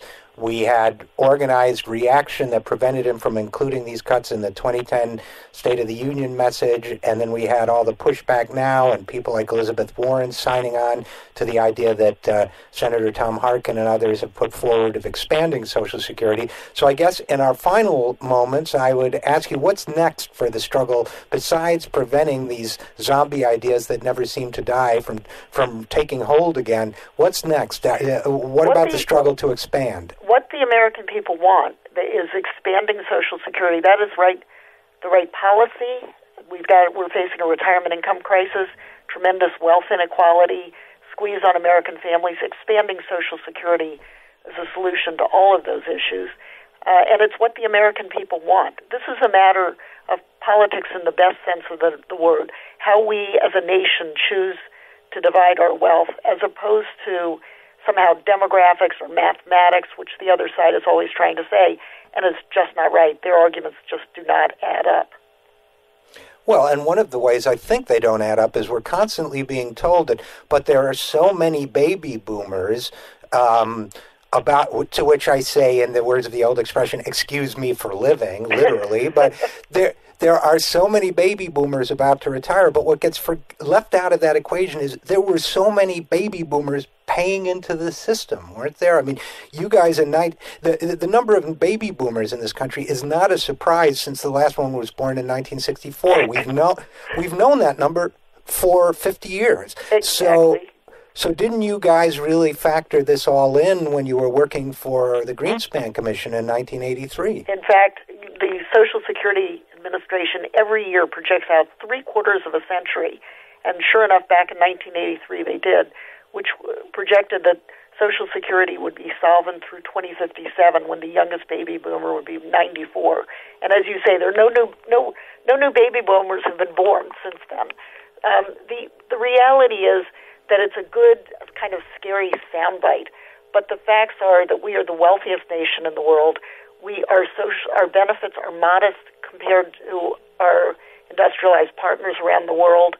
We pay a lower percentage of GDP than any of these others. Even at its most expensive, that will be true. There is no question we can afford a much more robust Social Security. It's what the people want. So the question is, where are our politicians who are supposed to work for us, not the other way around? Well, on that, I think that's a great place to end this conversation for now, but I hope you'll come back and talk further about the battle for Social Security, because I have the sneaking suspicion the battle to expand it is not over and the battle to defend it is not over. So Nancy Altman, thanks so much for being with us. Thank you so much for having me.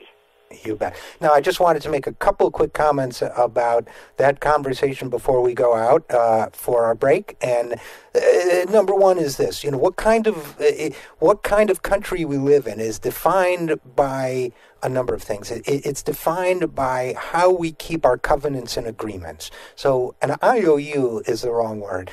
Social Security and these programs are a covenant. We have made a covenant with every generation, not just the one that's getting older now or is older now. We've made a covenant that said if you work hard, if you do your part, if you participate in society, if you participate in increasing the wealth of the wealthiest among us, as well as the society as a whole, by being a productive, hardworking, wage-earning citizen, you will not face deprivation and financial fear in your old age or should you become disabled. That's not an IOU. That's a covenant. And it should be treated as such, and the coming battle for that covenant will be the battle to make sure that these programs aren't cut and that, in fact, they are strengthened for the times to come. I'm Richard R.J. Eskow, and this is the Zero Hour.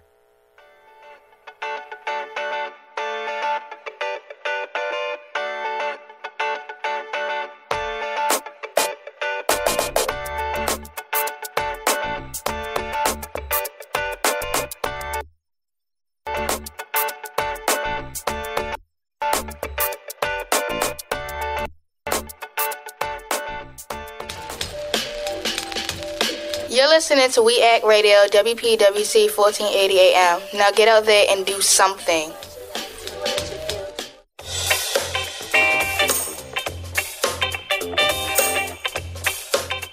If you're planning to replace your Social Security card simply because you don't have it, you may not need to replace it at all. What's most important is that you remember your Social Security number. Remember during school how you memorized information and answers for tests? In the same way, you should memorize your Social Security number. Knowing your number is important, but having the card may not be. If you really do need to get a replacement card to show to an employer, it's easy to apply for a new one. Find out how at www.socialsecurity.gov/SS number.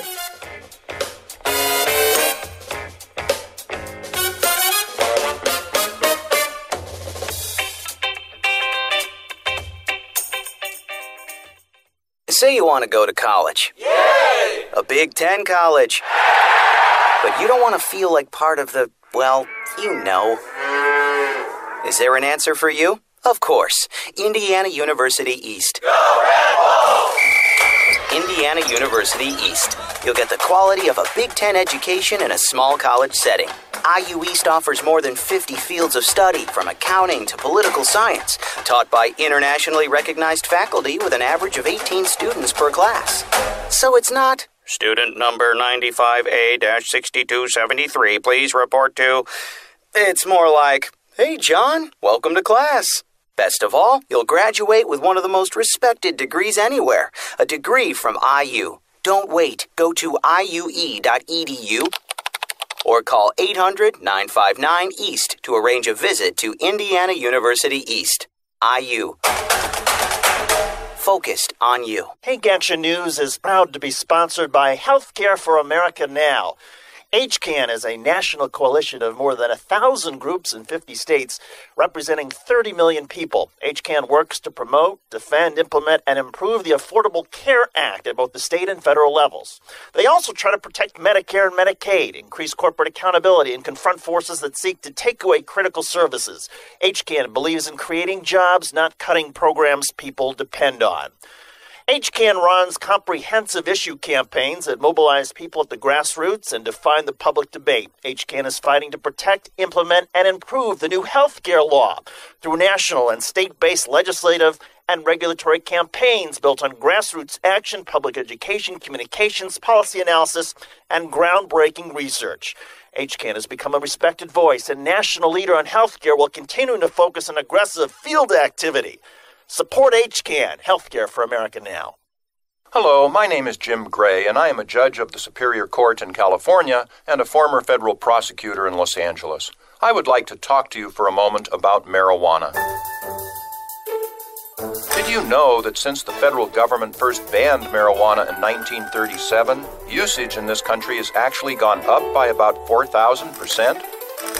Or did you know that in the Netherlands, where adults are allowed to possess small amounts of marijuana and buy it from government-regulated businesses, fewer adults and fewer teenagers smoke marijuana than here in our country? Or that an American is arrested on marijuana charges every 38 seconds?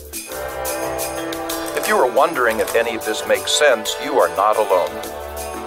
To find out more, contact the Marijuana Policy Project at 1-877-JOIN-MPP or visit them on the web at mpp.org. Thank you, and good luck to us all.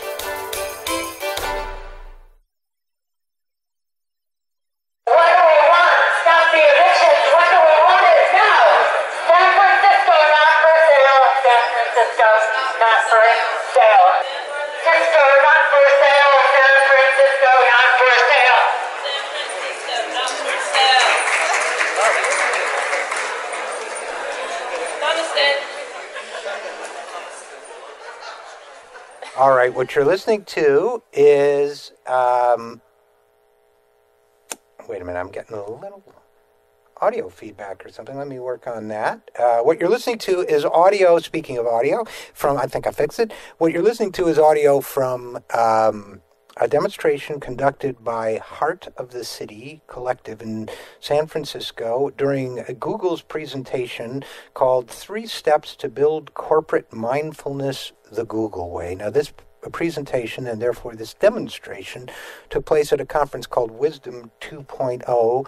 I have a little history with Wisdom 2.0. I wrote a piece about it for the Buddhist magazine Tricycle, which created an enormous amount of controversy a couple years ago. So it was a fascinating study in what they call mindfulness, in that the demonstrators in question appeared to vanish from the consciousness of the people on stage as soon as they were removed from the auditorium, but they haven't vanished from ours. And so we have invited one of those demonstrators, Erin McElroy, who is an activist with Heart of the City in San Francisco, to join us.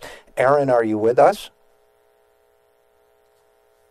Perhaps she is not with us yet, but so let's tell you a little bit more about it while we're seeing if we can track down Erin.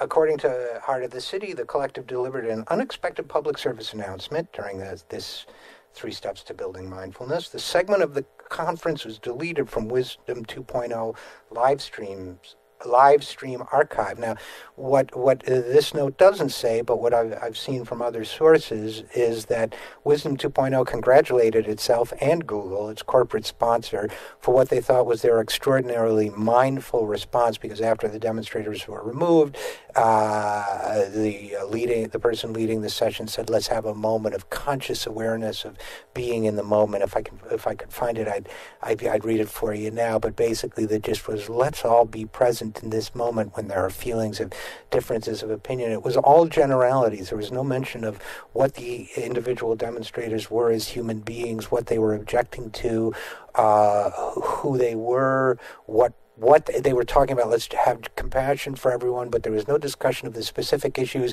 that might elicit compassion, such as a city that's become so overrun with high-tech employees from the Silicon Valley that longtime residents of the city can no longer afford to live there because rents are being driven up, or a city where Twitter, for example, doesn't pay, is willing to leave the city rather than pay payroll taxes, or a city in which Google buses are allowed to use public municipal bus stops without paying for them, even though it's illegal, and even though they've been cited for it many times, no one's been published for it. So in other words, a city that is in effect being economically colonized by wealthy and powerful technology corporations. Now, no one is arguing that wealthy and powerful technology corporations aren't comprised of individual people and that those people aren't allowed to live conscious, productive lives. But I think that if we're going to be talking about living together and about what it means to be interconnected, aware, conscious of the moment, I think there's a certain shortfall of consciousness present in conversations like these. So one of the things that this demonstration outlined for us is what does it mean? The terminology that they use is mindfulness. Now, if you're familiar with meditation practices, mindfulness is in true Buddhist circles is a very early stage of development. Mindfulness is becoming very aware of the present moment, what's going on in your body as you sit in meditation, focusing, breathing, awareness of your in-breath, your out-breath, that sort of thing. It's all very well and good. It's a calming practice in and of its own. Real Buddhists or other meditation practitioners and other faiths use it as an entryway to deeper forms of practice, but it's being promoted particularly in the corporate world as a way to optimize the productivity of employees. Now, they don't like the word optimize, but they do talk about productivity increases, and there's been a tendency of corporate interests to kind of bastardize these practices in order to, for example, say things.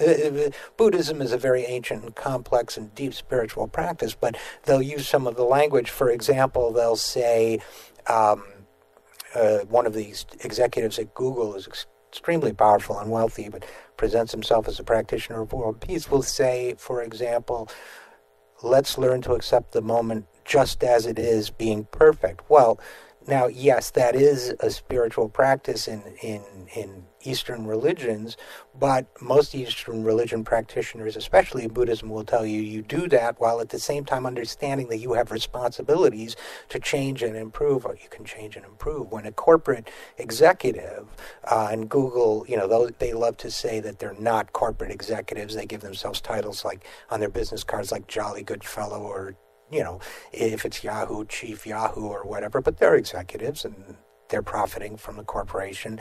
Now, when an executive tells his employees the moment is perfect just as it is, it means the moment is perfect when I'm making you work 80-hour work weeks. The moment is perfect when I am denying you the stock options I'm offering myself. The moment is perfect when I'm creating products that surreptitiously spy or distract and shatter the attention of the people that use them. So we might argue about whether you're really being truly mindful at a moment like this, because mindfulness also implies action. In addition, when you're telling the residents of a city, like San Francisco, to be mindful, sometimes that mindfulness involves full awareness of what's happening to your city in terms of rents and as a place where people in all walks of life can live. We have her now, so let's see. Is Erin with us? Erin, are you with us? I am with you, yes. Hi. Okay, we had a little difficulty getting you, so we don't have a lot of time, but I did want to talk to you for a few minutes and see what we could say about your demonstration. What inspired you to pick Wisdom 2.0 as a site? Yeah, well, thanks for having me. I think, we found it very ironic that Google is going to be speaking as to how to be wise and how to be mindful in a city where, they have directly impacted community members in egregious ways, ranging from displacement to surveillance and such. And we wanted to call attention to what we saw as a hypocritical session that they were going to put on. And what was the experience like when you went in there? I mean, you probably didn't hear my introduction, but I have some experience with those folks. I've written about it, and it was very controversial and so on, because I, made some points about what it means to be a corporate institution using this kind of language and so on. Some of the same points maybe you were making. But what was it like for you? How were you treated when you went up, you began chanting, you unfurled a sign, and then what happened? Yeah, I mean, it was rather surreal. We went up, we saw one of the people giving the conference, shut his eyes and appeared to meditate as we did our demonstration. We were quickly ushered off stage. Somebody came and grabbed the megaphone out of my hand. And then as we went off stage, we actually had our Eviction Free San Francisco banner with us, and one of their security guards came and tried to take it from us. And we ended up in a little game of tug-of-war, which I know the video that went viral did capture, but it actually injured my hand. Then we had a lot of difficulty getting our megaphone back. They ended up, stealing our batteries and commanding us to sit like ducks in a circle on the floor until they would return it. And the whole thing was more surreal than I had imagined it would be in their response. And of course, they then commanded the audience to, sit and reflect and check in with how they were feeling. And of course, they were lauded for responding very mindfully to what happened. But, what we said and what we still say is that if they actually wanted to exert mindfulness, they would actually listen to the message that we were conveying, that, not only we are conveying, but that community members across the city and across the world, for that matter, are also conveying. So it seemed to be a dismissal of a really intense structural imbalance, and instead an obfuscation with this kind of mindful practice that they purported to be experts on. Well, Wisdom 2.0 afterwards congratulated Google and implicitly itself for treating you with compassion. Did you feel you were treated with compassion? Not at all. Not at all. All right. So, I'm sorry, go ahead. No, I would say that, my hand is actually still injured from them trying to claim our banner. Mindfulness is one relatively minor practice, actually, but it originated with Buddhism, which also teaches the interconnection of all experience. So if you are sitting on a stage, for example, representing a corporation at a conference like Wisdom 2.0, you need to understand that everyone and everything in that room comes from somewhere. The products, for example, the iPhone in your pocket comes from a factory in China where workers were exploited and made to work double shifts and exposed to fire hazards, which actually killed some of them, and so on. And by the way, I have an iPhone, so but I am aware that my iPhone has negative connections with it, and I would argue that this was an exercise not in interconnection, but in disconnectedness, and that they were seeking to use meditation and other practices to disconnect themselves from the reality of what's happening in San Francisco, for example, partially as a result of their own actions. Is that a fair interpretation on my part, or am I projecting? No, I think that's a very fair interpretation. I mean, here in San Francisco, we've seen Ellis Act evictions increase about 175% over the last 12 months. The rents are increasingly rising in areas near the tech bus routes. I mean, Google themselves tried to pack the SFMTA board with employees talking about the benefits of them being here, et cetera. But we've seen nothing but displacement ensue from their actions and, lack of actions and lack of actual conversation with us on the ground here. So, of course, it seems quite hypocritical that they would pretend to be experts in mindfulness and compassion and nonviolence, for that matter. Well, we're going to have to get out in a moment, but are you going to do any follow-up on this, or are you moving on to the next action now? We'll be doing more actions, and we'll be continuing to draw links between them and their hypocrisy. Well, Erin McElroy, thanks so much for being with us, and keep us posted on your activities at Heart of the City Collective, okay? Really well. Yeah, thank you so much for having us. Yeah. You bet. I'm RJ Eskow, and we will be back. This is The Zero Hour.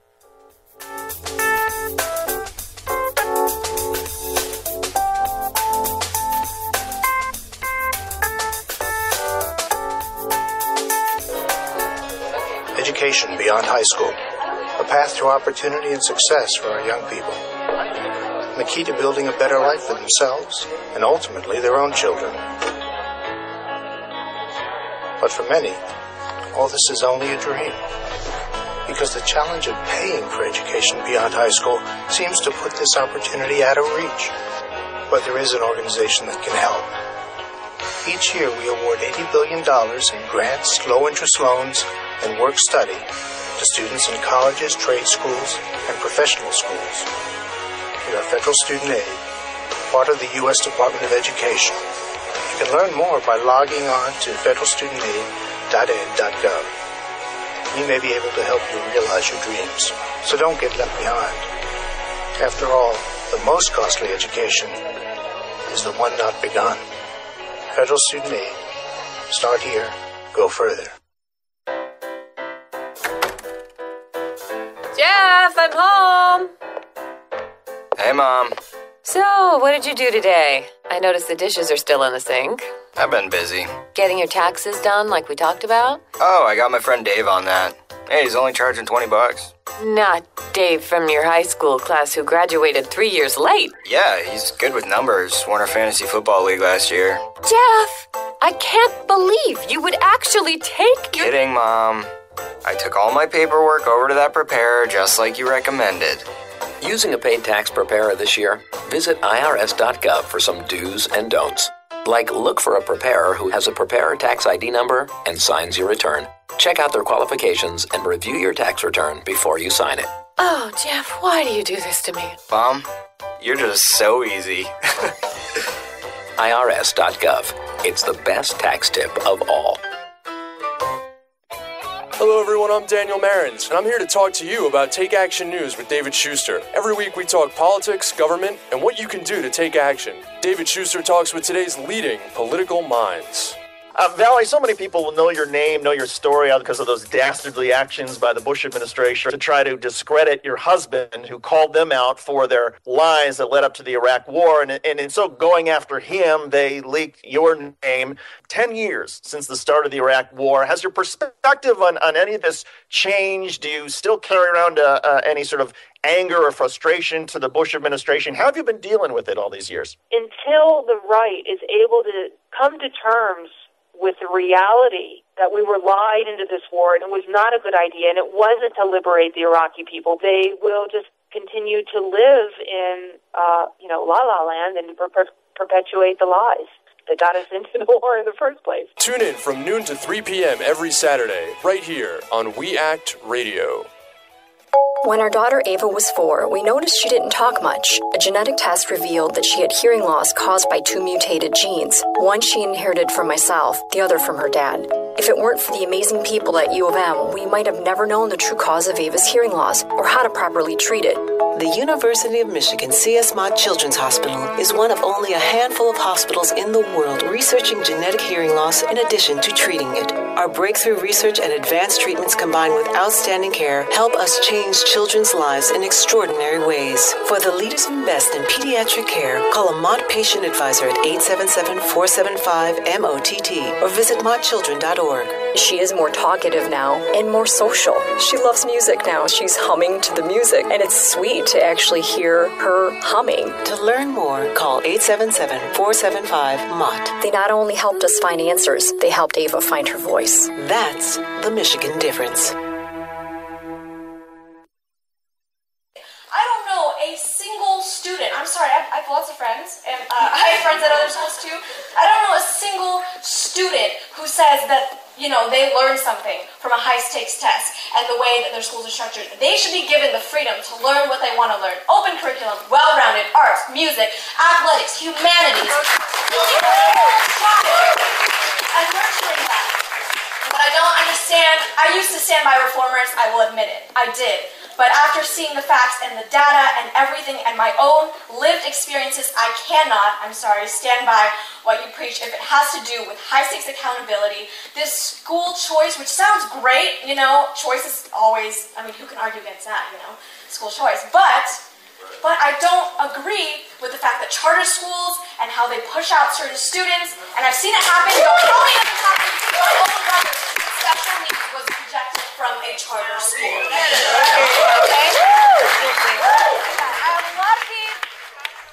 All right, we are back on the 0 Hour, and you've been listening to Hannah Nguyen, who is chapter leader for Students for Public Education Los Angeles, or SUPE, S-U-P-E, in Los Angeles. She's 18 years old, sophomore at the University of Southern California in Los Angeles, aspiring teacher who believes in revolutionary ideas over reform. And reform, of course, is, when it comes to education, as entitlements and other fields, is a misused word. And she was addressing a meeting being run by Michelle Rhee, who has promoted herself or been promoted as the head of the so-called education reform movement. So, Hannah, thanks so much for being with us. Thanks so much for having me. So listen, you stood up in what was billed as a teacher town hall, and you're studying to be a teacher yourself, as I understand it, and Michelle Rhee is a corporate finance, billionaire finance advocate for what they call education reform, but which many of us call the corporatization of and privatization of education and the standardization by testing services. What motivated you to actually show up and stand? I don't know about you, but it takes a lot of courage for me to do something like what you do. I'm conflict averse a little bit, I guess, but So what motivated you to do that? Yeah, well, I mean, I'm going to be completely honest and say that I was pretty scared and nervous about what was going to happen, but I knew I had to go stand up to her. She was someone who I actually used to look up to. In the clip, I did say that I did agree with reform once upon a time because I believed it had promise of innovation, which is something that I felt the education system really needed. And so I was a supporter of reform, but after learning more about the nuances of the movement and perspectives from the other side, I realized that I could no longer stand by her. And so when I heard that she was going to be hosting an event in my area called a teacher town hall in order to kind of, I guess, redeem herself and, start listening to teachers, which she's notoriously known for not doing in the past, I was interested and curious to see what would happen. But I did attend Advocate for Student Voice because I felt like still, as so many of the reforms that she's passed, she's not taking the time to listen to student voice and community voice and take that into account. The reforms have really been top-down and haven't been led by the perspectives of those who are closest to the classroom, who are experiencing this education system each and every day. Well, you wrote something I really like. You wrote, students are not data points on a graph you can talk about but never listen to. They are humans with hearts, minds, and stories of their own. They are resilient and beautiful and insightful. They deserve better than high-stake tests that don't capture their humanity. But let me ask you, a little bit of a tough question, I guess, but is Michelle Rhee really your audience? Do you really think she'll listen to you? Or are really you using these confrontations to get a message about people like Michelle Rhee and what she represents? Yes, I believe that was my ultimate goal. By raising my voice, whoever I could reach who has even an opinion about high-stakes testing, to challenge them to think of it in another way, to think about student voice, to think about holistic assessments of students and ways that can happen, to think of the relationship between a well-rounded curriculum and those assessments and how high-stakes testing doesn't really fit into that picture and doesn't completely capture the student. And so when I did directly address Michelle Rhee, I was indeed speaking to reform, I guess, as a whole, the movement as a whole, to challenge them to look deeper and consider student voice. Now, I don't know if you followed this controversy in the past week or two about President Obama's comments about art history students, but one of the things that concerns me in this education reform movement that you see both Democrats and Republicans talking about sometimes is this idea of education being refocused so that students can get jobs, which on the one hand, of course, we want people to get jobs. So if that's what they want to do, there's nothing wrong with it. But there's a very humanistic bent to what you write, as there's a very humanistic bent to what I write about education sometimes. Used to be, John Dewey, the philosopher, said the purpose of education was to teach young people to become fully participating members in a democracy, in a society, not to give them functional jobs. Are you worried that education is becoming too much a system of producing inputs for corporations? Yes. I definitely think that's a fair assessment of what the education system is today. We constantly hear these buzzwords being thrown around about college and career ready, Common Core boasting that it's going to prepare students for college and their future careers, which is fabulous and a honorable goal. But I believe education is so much more than that. I definitely agree with John Dewey and his quote. I believe that students deserve a very well-rounded education that incorporates all things and prepares them to fully participate in a democratic society. Well, Hannah, I'm going to ask you a question now on the air. If you have a few more minutes, we're going to go to break, and then we have 6 minutes where a couple of our affiliates don't pick us up, but we still broadcast, we still record. If you have a minute, I'd love to continue this conversation in that 6 minutes after we go to break. Are you able to stick around a couple minutes longer? Yeah, of course. All right, good. Then we're going to come back with Hannah Nguyen after this break and talk a little bit more, because I think this is a critical education. As with Social Security, it has to do with the foundations of what we mean as a society, how we treat education as another covenant between a society and its people. So we will be back after this break with Hannah Nguyen, student activist who stood up to the corporate voice of education privatization, sometimes called reform. So we will be back. I'm Richard Eskow, and this is The Zero Hour.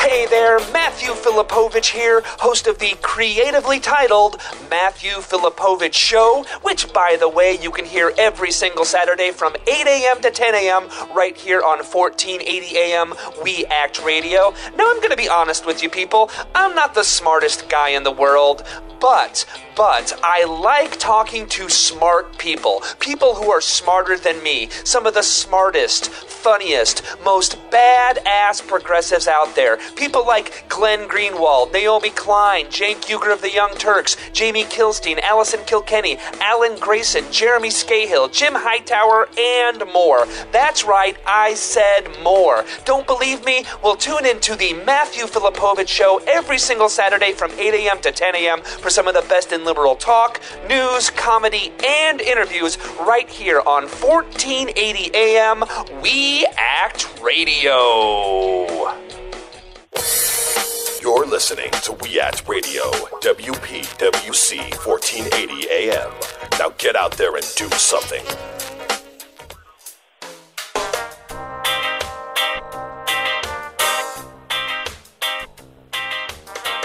I believe that's our cue music, and we are back on the Zero Hour. We are talking with Hannah Nguyen, who confronted corporate education, quote-unquote, reform activist Michelle Rhee recently, and is an 18-year-old sophomore at USC Los Angeles and a spokesperson for real education reform. So, Hannah, you wrote that you are an aspiring teacher who believes in revolutionary ideas over reform. Are those your words? Yes. Now, what do you mean by that?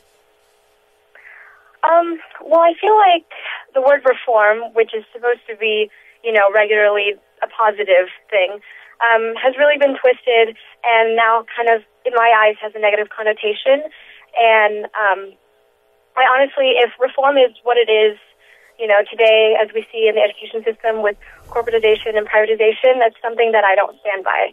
And I think we can do a lot better than reform.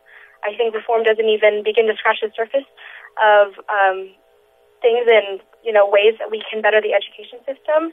And what I really think the education system needs is a revolution. And what I mean by that is a bottom-up as opposed to a top-down approach to achieving educational justice, one that really encompasses and, captivates student and parent and teacher and community voice.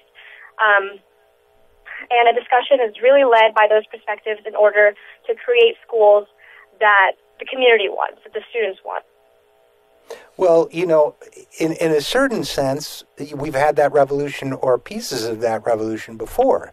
We've had, we had the rise of public education in this country. We did have philosophers like John Dewey articulating what education should ideally be for, which in today's environment sound radical and revolutionary again. Now, but you make a great point, which is that the word reform has been co-opted by corporate, basically publicity campaigns, which I consider Michelle Rhee to be a publicity campaign, not a real thinker or articulate. For her book, which some people are challenging the factual nature of, but her memoir or whatever was called Radical, for example, if I recall correctly.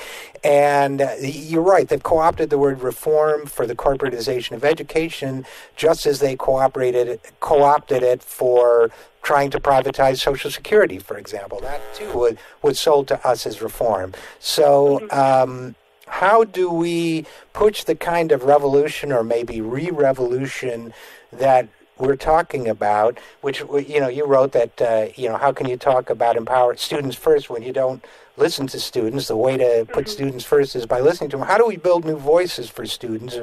And how can the rest of us who are not students anymore help you? Yes, well, I think the most important thing, and I guess the first stepping stone to starting, I guess, this quote-unquote revolution is to listen. Students, who are in the education system every single day have stories and experiences to tell. They have ideas, and they have very valuable perspectives. And I think adults who, have commentary on educational policy or are involved in it in any way need to remember to reserve space and, even create spaces for students to voice these opinions, to feel like their voice matters, and to feel empowered.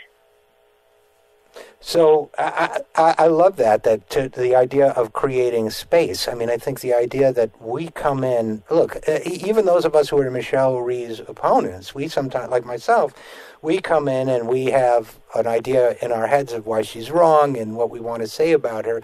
But the idea of creating space, in some other context, I had the insight that sometimes the process is not just the outcome that's important, it's the process by which you get to the outcome. So when you're reforming education, it's not just important that you get the really reforming it or revolutionizing it. It's not just important that you get the best results possible, but that you include everybody in it. So Hannah and Guyenne, where can people go to learn more about what you're doing and what your organization is doing? You guys have a website or something? Yes. So I'm a part of Students United for Public Education. Our website is studentsunitedforpubliced.org. And my specific chapter in Los Angeles is actually planning an event for the end of March 29th. And it'll take place at my university, the University of Southern California. And it's going to be the first ever student-led education conference that's led by students and for students. That's fantastic. So, and let me know, because I'm in the Los Angeles area most of the time, so let me know and I will try to come by for that. Yeah, of course. And listen. Pardon? And just to listen. I'll listen to you guys. Oh, yes. Sorry. It's hard to hear. Yes, that would be fantastic. You can definitely learn more at the conference website, empowered2014.com. It's going to be a great event, and I'd love to have you there. It's going to be a great day for student voice, student power, and collective inspiration. Well, I look forward to being there. I look forward to meeting you, Hannah and Guyenne. Thanks so much for being with us. Keep up the great work. I'm Richard Eskow, and this is The Zero Hour. Thank you.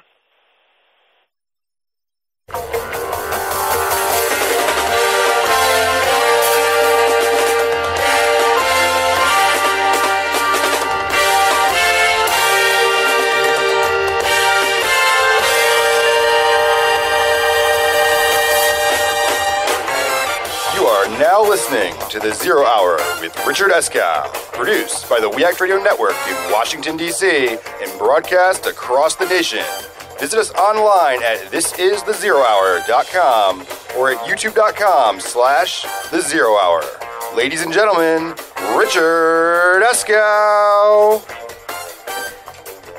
Hi, I'm RJ Eskow, and we are back on The Zero Hour. After that exciting introduction, I always feel like I want to be very serene in my voice. By the way, we continued to have a great discussion with student activist Hannah and Guyenne during the 6-minute break, where a lot of our affiliates have to cut away for the news. But if you want to hear it in its entirety, or you want to hear this program in its entirety, or any segments you missed, or past programs, please go to youtube.com/The Zero Hour. That is our YouTube channel. Please also watch the Young Turks tonight or today. I will also be joining them. That will be available on Young Turks on YouTube as well. I'll be joining them to talk about the political events of the week on their panel with Cenk Uygur. So join us there for that as well. And look, shows take on, each episode of The Zero Hour takes on a life of its own, partially through planning and forethought, and partially organically. And in terms of the organic part of it, I guess you could say, there's a great quote by Kierkegaard I like to use sometimes, where he says, life can only be understood backwards, but it has to be lived forwards. I would argue that's also true of this 3-hour program. It can only be understood backwards, although it has to be broadcast forward. And we promise to continue to do that. Although if you play it backwards, it says Paul is dead. But anyway, so what's the theme of this show? Partially through design and partially through osmosis and living it forward, I would say depersonalization. That one of the main challenges we face now as we move into the almost halfway through the second decade of the 21st century is how do we remain people? How do we retain our personhood in the face of growing corporatization, growing amassing of wealth by, the top 400 families having as much as half the lower half of the country, on and on and on. As individuals become more economically super powerful, as corporations become more economically super powerful, as corporations and the government become technologically more powerful, and as they send their various representatives out, whether in human form as Michelle Rhee or in bot form through Facebook, and we're going to be talking about that this hour, how do we retain our personhood in the face of these operative agents of the corporate state? And those operative agents may look like Michelle Rhee. They may look like a social network. They may look like an advertisement. They may look like a new fashion. They may look like Miley Cyrus. They may look like this notion of synthesized pseudo rebellion as a way of sublimating the human desire for personal freedom and personal fulfillment. How do we remain persons in a world of depersonalization? That's a question. That's the question we're facing.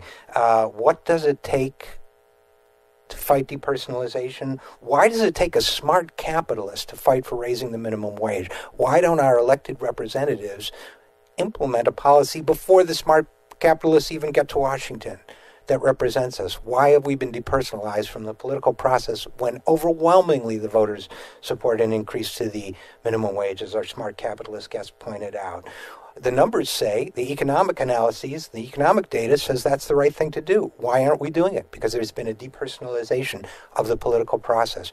Why is the changed CPI something that leaders of both parties, and that includes President Obama and Nancy Pelosi at various times, as well as all the Republicans, that so many people in Washington have endorsed something that is dehumanizing to elderly and disabled people on Social Security by stripping them of badly needed funds that are lifting them out of poverty, something that is objected to by most of the people, something that is creating outrage when it's suggested. When most people want these benefits increased, why is that even a struggle we have to have instead of implementing the expansion to Social Security that everybody wants? Why have we become depersonalized in the political process?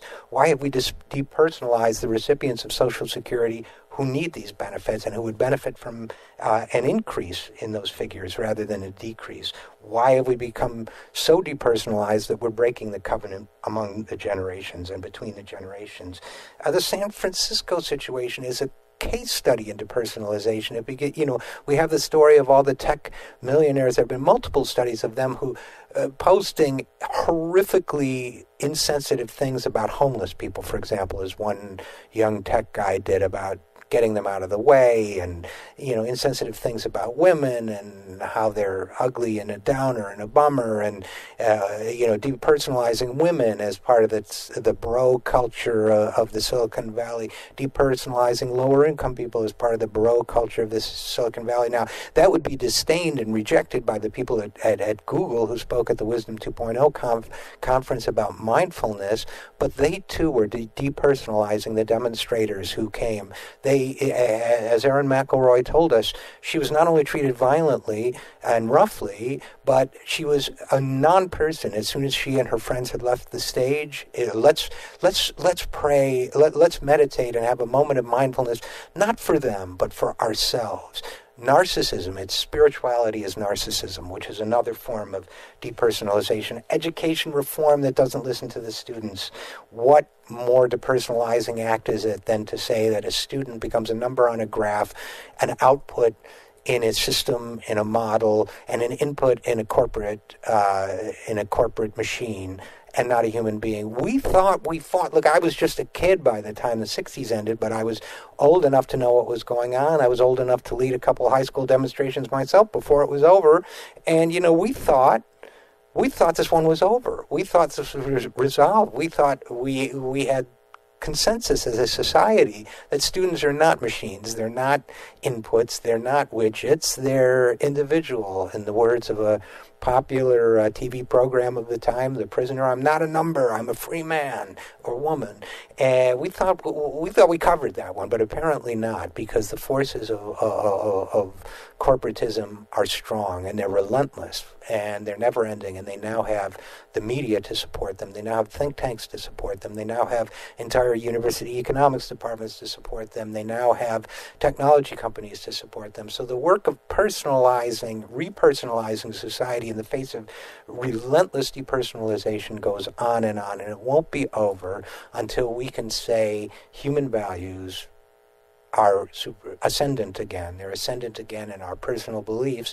They're ascendant again on our desktop and laptop computers. They're ascendant in our media. They're ascendant in the halls of government. Until that happens, we have a struggle on our hands, and we better wage it. We better win it soon, because time is not on our side. Climate change is going to reach a irreversible tipping point soon. So is the economic and political concentration of power. So the task of repersonalizing ourselves, our society, and our government is more urgent than ever. That's why we say this is the Zero Hour. I'm RJ Eskow, and we will be right back.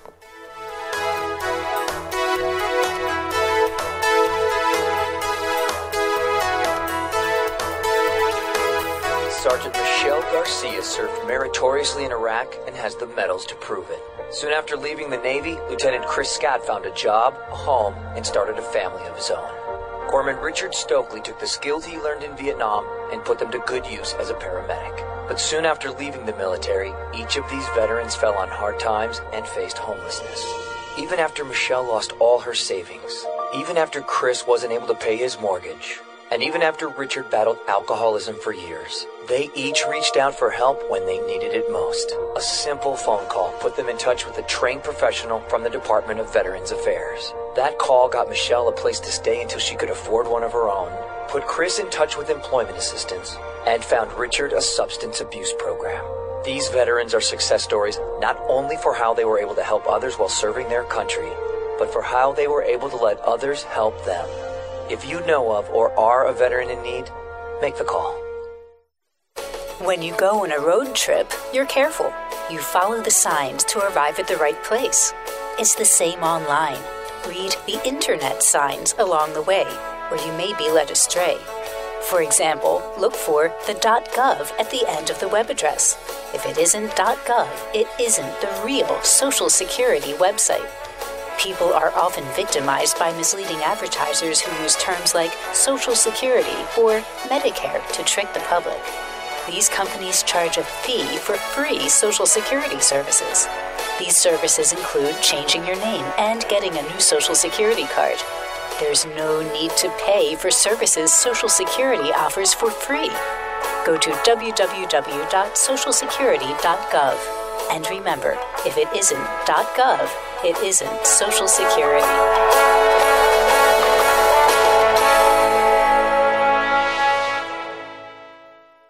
Would you like to secure stable employment, affordable, high-quality child care, or an opportunity to serve your community through meaningful volunteer and internship experiences? If so, UPO is the place for you.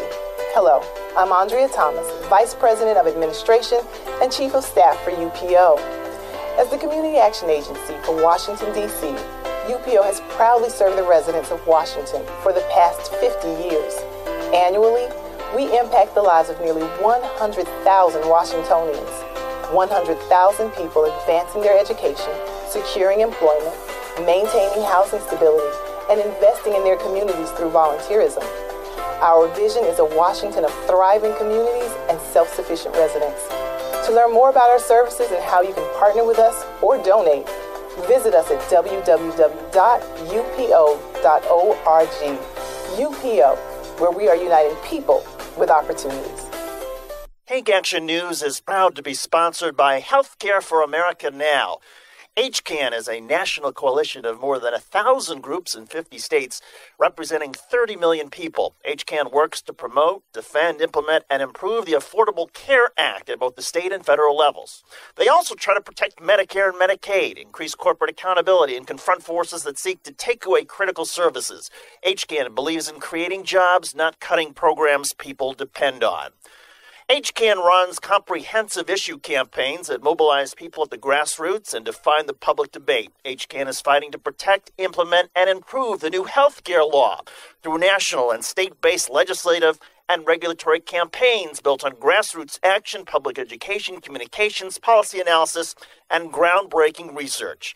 HCAN has become a respected voice and national leader on healthcare while continuing to focus on aggressive field activity. Support HCAN, Healthcare for America Now.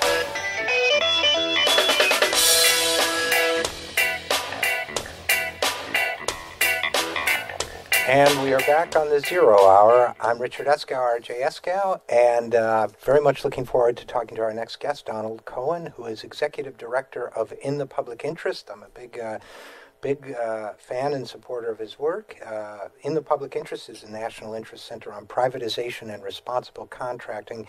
Donald is also the director of the Cry Wolf Project, which identifies and exposes misleading rhetoric about the economy, regulation, and the government. Boy, is that a full-time job. And the Center in the Public Interest has just put out a terrific report on the failure of privatization in government from coast to coast. Donald, thanks so much for being with us. Sure, thanks. It's great to be here. Great. Well, your piece, your latest piece, is on the failure. Concludes, among other things, that eager for quick cash, states and local governments have handed over for decades control of critical public services and assets to corporations that promise to handle them better, faster, and cheaper. Unfortunately for taxpayers, they've failed to keep their promise, and too often this process undermines transparency, accountability, shared prosperity, and competition. So this study is basically saying that we've been privatizing, as I understand it, but please correct me if I'm wrong, that we've been privatizing for decades, that it's by and large been a failure, both in terms of cost control and in terms of quality of service. It has undermined democracy, and yet we seem to be continuing to do that. Is that a fair summary, first of all? Yeah, I think it is. I mean, governments have been contracting for forever, but the push to privatize and offload government services to private corporations is, we've seen it, since the era of Reagan and Bill Clinton, Bush 1 and Clinton even, there's been a far more significant push to hand things over to the private sector in virtually every portion, sector of government, from roads and bridges to schools to prisons to sort of you name it. And it comes from a variety of places, right? It comes one from ideology. Business can do things better, which we know isn't true necessarily. That the government can't do anything, which we also know isn't true, that they can do it cheaper, which we know isn't true, that they can do it better. And so that's one place it came from. The other is that we've got pretty big institutions now, consulting groups, national corporations that simply want the work. And they have big lobbying shops and, all over the country, major prison corporations, major waste companies that are out there, selling their wares to governments around the country. And then finally, you've got places where red states, but not only red states, where governors and legislatures come in and their job is to get rid of, to downsize government and hand it over to their friends. It's not only red states, because there are places, that happens in blue and purple states as well. Well, absolutely. And one of the things you mentioned in your report was the city of Chicago. And what happened there, for example, with the parking meters. Could you give us just a quick summary of the parking meter situation in Chicago? Because I think it's instructive. I hope you'll agree with me about that. I totally agree. It's so real. I'll try to be quick. So on a Friday, the Mayor Daley came to the city council saying with a proposal from a consortium led by Morgan Stanley, a sovereign wealth fund from the Middle East, and a national parking company that offered $1.1 billion up front for control of the city's 36,000 parking meters for the next 75 years. Daley said, here's the deal, Tuesday is the vote. Well, the city was in financial crisis, and Chicago being what it is, they said, they had a gun to their heads, they took the deal. After the fact, we got analyzed, and two or three things were true. One of which is, even if you wanted to borrow on the future revenue of your parking meter fares, which is crazy, but they sold $1 billion too cheap, just if they had decided to analyze it, negotiate tough on a dumb deal. But probably more significantly is the impact on democracy in the following ways. If the city wants to hold a street fair and close off the street for the weekend, they got to pay the privates for every minute of every meter that could have been used. If they want to eliminate spot for in front of a dry cleaner, or for traffic management, or different land use patterns, for the next 75 years, they have to pay the privates. So think about it. You're a city council member, you want to do a street fair, you want to close a street because there's, for some reason, for 50, 75 years in the future, it'll cost you an extra few $1 million. You don't even make the proposal. You say, we don't have the cash to do it. It stifles our ability to make decisions about what's good for the people of Chicago in that case. So you would think with a situation like that, now, Mayor Daley was a Democrat, and his replacement, Rahm Emanuel, is a Democrat. Is Mayor Emanuel, therefore, has he learned from this experience, and is he now saying no more privatization deals in the city of Chicago? Well, yes and no. Yes, he's learned from it. Everyone who lives in Chicago learned from that experience. Every mayor across the country has learned from that experience. I've been in meetings with other mayors that everyone says this ruined it for everybody who even wanted to think about that. It was what universally recognized as a terrible deal. And plus, the last thing I didn't mention is parking rates now are like around $7 an hour. So I've talked to lots of people who live in Chicago who won't go downtown anymore because it's just too expensive. Those profits go right into Morgan Stanley's hands. And so that's number one. Number two is it has not quelled his interest in privatizing things. There was a proposal to privatize the Midway Airport, to sell off the Midway Airport, which didn't happen. It turned out there was only one bidder, and smartly, Rahm said, okay, we're not going to sell it. There's only one bidder. Doesn't do a deal. There are other things that he's continued to try to privatize, and so he's more careful. There is far more concern about how to contract without getting taken.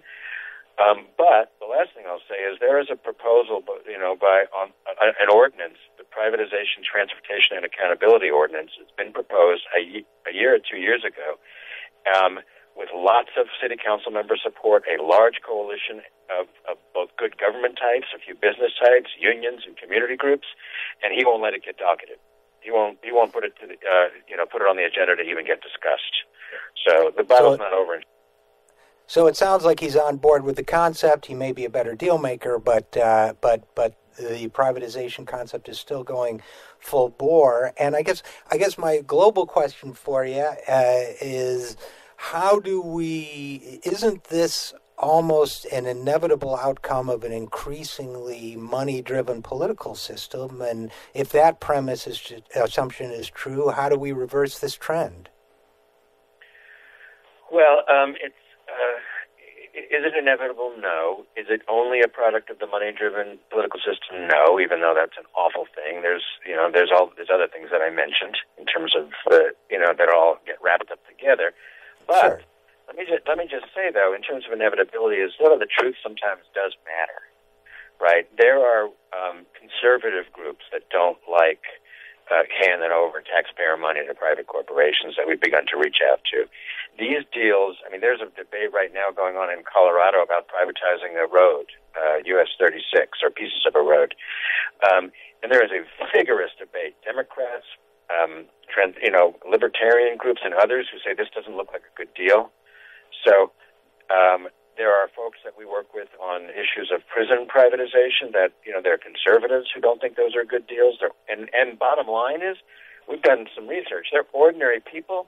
In all of the research we've done, opinion research and others, don't think we should hand over control of public services to private corporations. They think, and if we do deals, if we do contracts, which we do, and we'll always do, we we better make sure there's strong accountability, real transparency, and full public control. So no, we're on the upswing actually right now. Oh, well, that's good to hear. And you're right. I was wrong to overlook the ideology that is a part of it, this belief that the private sector can do a better and cheaper job. And by the way, presumably a 20% cheaper job, because if we're going to save money and they're going to take a profit, they've got to do a way better job. And your report makes it clear that that isn't happening. So where can people go to find out more about your work and what's next for you in this struggle? Our website is www.inthepublicinterest.org. We got lots of stuff. We did another recent report on prisons your listeners would be interested in. We're about to release something next week on education. So, we have a pretty aggressive program on all sectors of government. Well, that's great. And I hope you'll come back and talk to us about those reports as well at some point. Sure, anytime. Would love to. You bet. Well, thanks so much, Donald Cohen, Executive Director of In the Public Interest. Please read the work they're doing. It's extremely important. Again, thanks for being with us. I'm Richard Eskow, and this is The Zero Hour. We'll be back after these messages.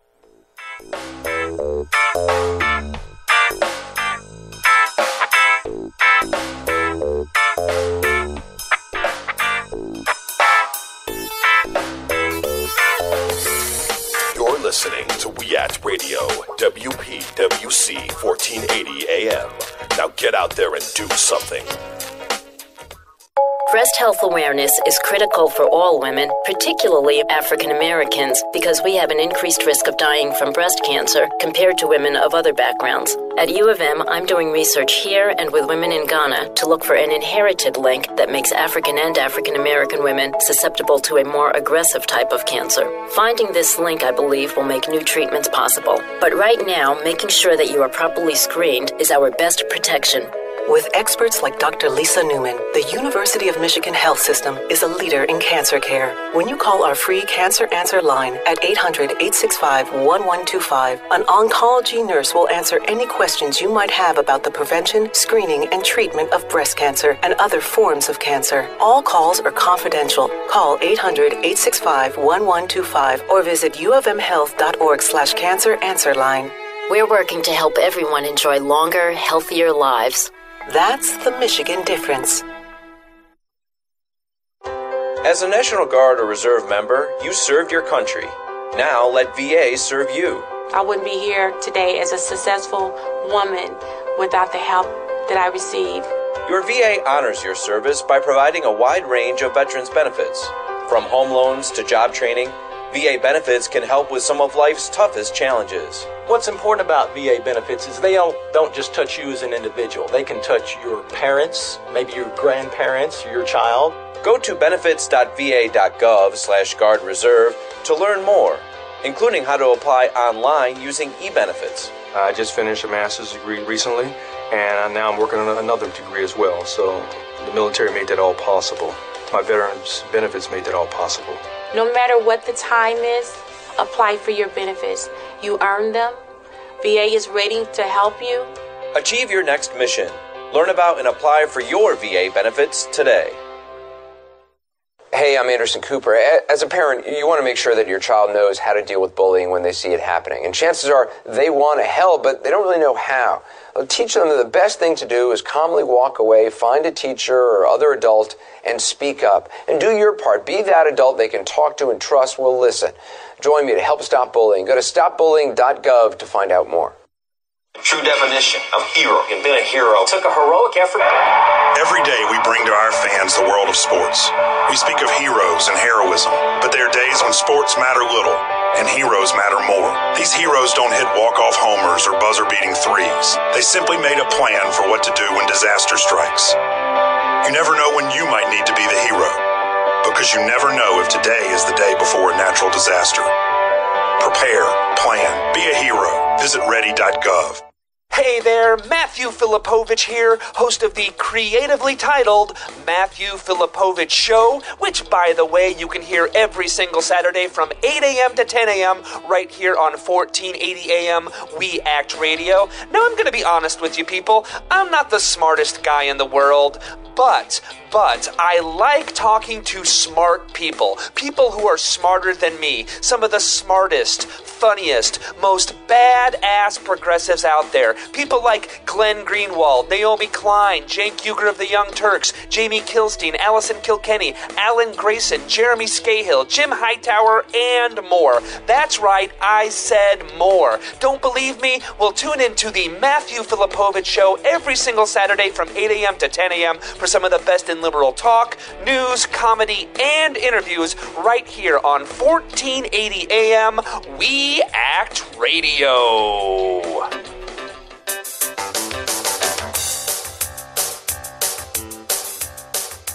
All right, we're back on the Zero Hour.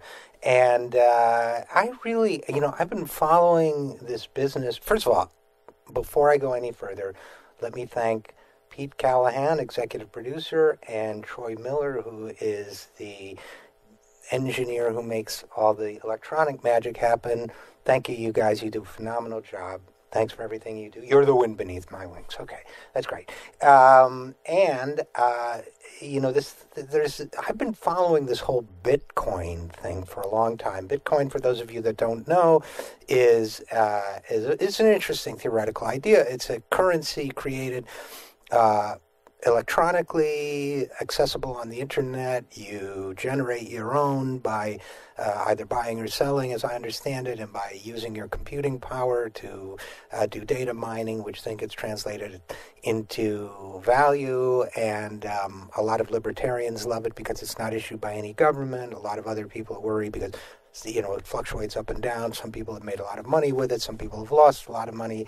But there are very broad issues brought up by the whole creation of Bitcoin, and I've been trying to sort it out. One of the most interesting and, to me, rational voices on the subject of Bitcoin is Professor Miles Kimball, who is with the Department of Economics at the University of Michigan. He's written on this, including for Slate, the online magazine, and he has written that from a technical point of view, Bitcoin is far ahead of the governments in its beautiful implementation of electronic currency, but Bitcoin itself is not the future of money, which many libertarians would be very disappointed to hear, because it's hard to believe that governments will willingly hand over control of the world's monetary policy to the Bitcoin algorithm. And then the sentence, I was wondering if it was there or not, nor should they.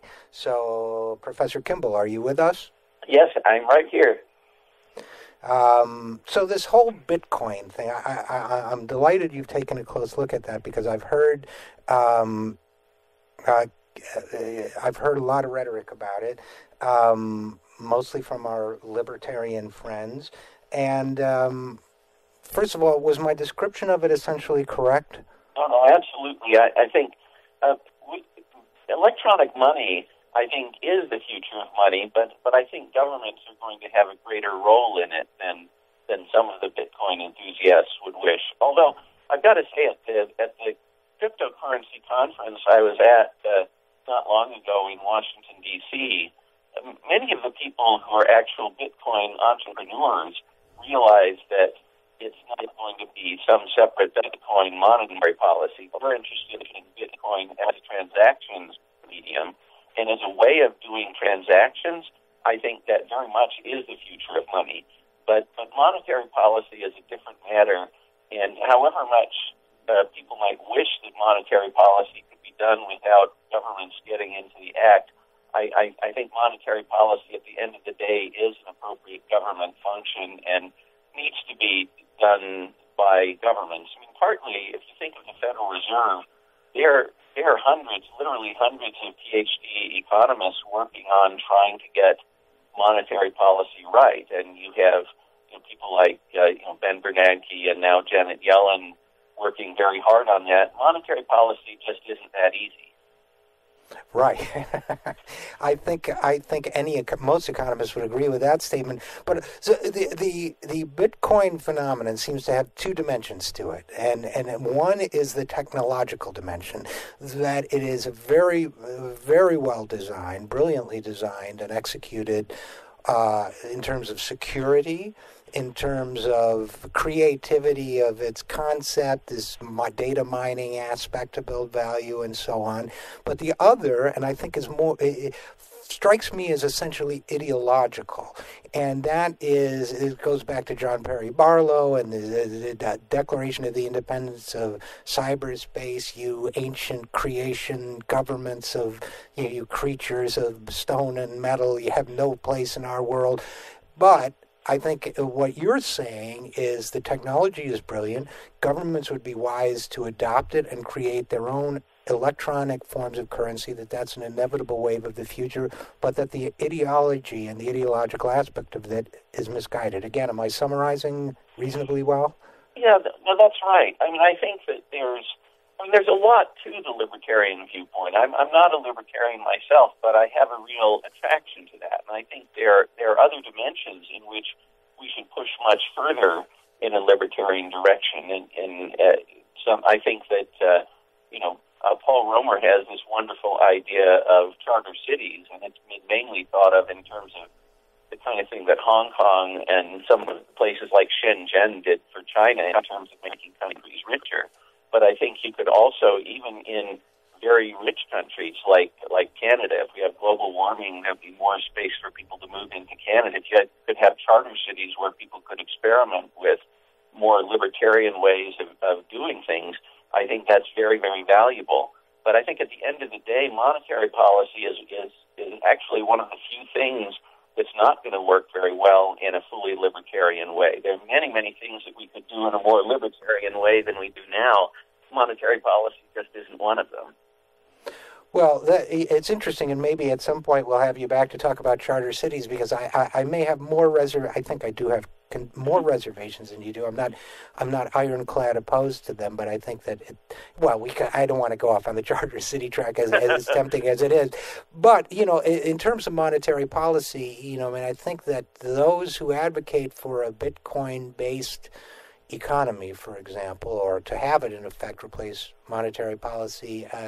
Those of us who know any economics history know that things were pretty crazy in this country before we had a sovereign dollar, that we had banks with their own currency and a lot of instability and a lot of fear. And I gather that's what you're arguing for, is that we can't detach ourselves from the notion of central banks and government monetary policy, right? Absolutely. I think governments can do it a lot better with electronic money. So we can absolutely improve monetary policy markedly. So one of the reasons that monetary policy has come into some disrepute lately is precisely because of the problems that paper money creates. So why has the world been in this great recession and still hurting from its aftermath for so long? We had the fall of Lehman in the fall of 2008. Here it is 5.5 years later, and things are still tough going. And a big part of the reason is that the Federal Reserve hasn't been able to lower interest rates far enough. Mathematicians long ago discovered that there were negative numbers as well as positive numbers, and negative interest rates actually make just as much sense as positive interest rates. If a positive interest rate means that money now is more valuable than money later, a negative interest rate means money later is more valuable than money now, and there's nothing at all impossible about that. And if you have negative interest rates, it's a way of encouraging people to borrow and to spend when we need that in the depths of a recession.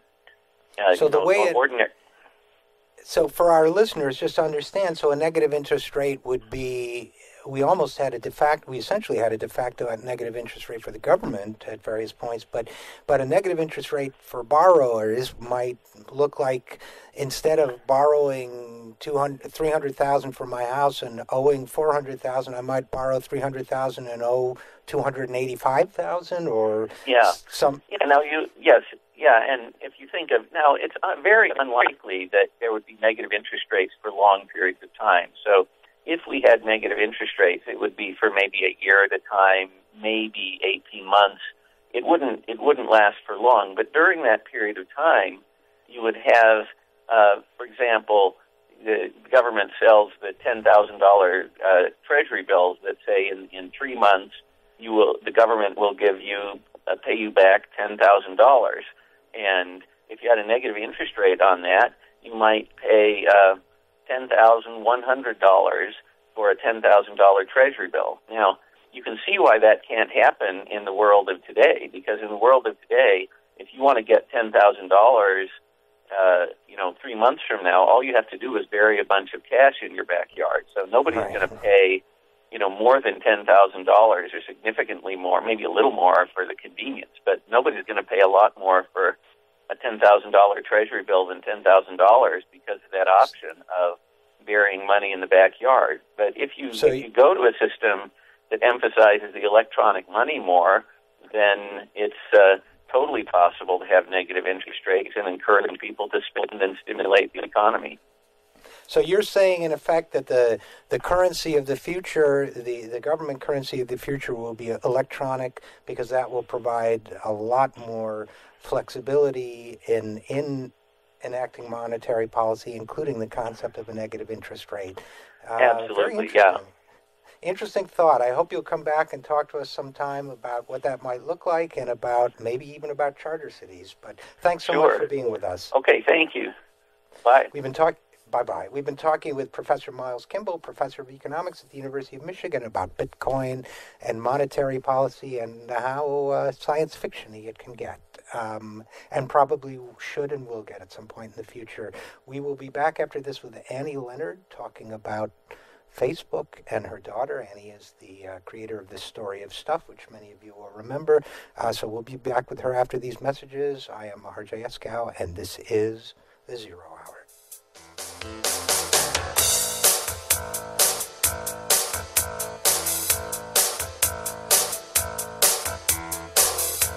For me, guns are for hunting and protecting my family. I believe in the Second Amendment, and I'll fight to protect it. But with rights come responsibilities. That's why I support comprehensive background checks, so criminals and the dangerously mentally ill can't buy guns. That protects my rights and my family. Tell Congress, don't protect criminals. Vote to protect gun rights and our families with comprehensive background checks. Demand action now.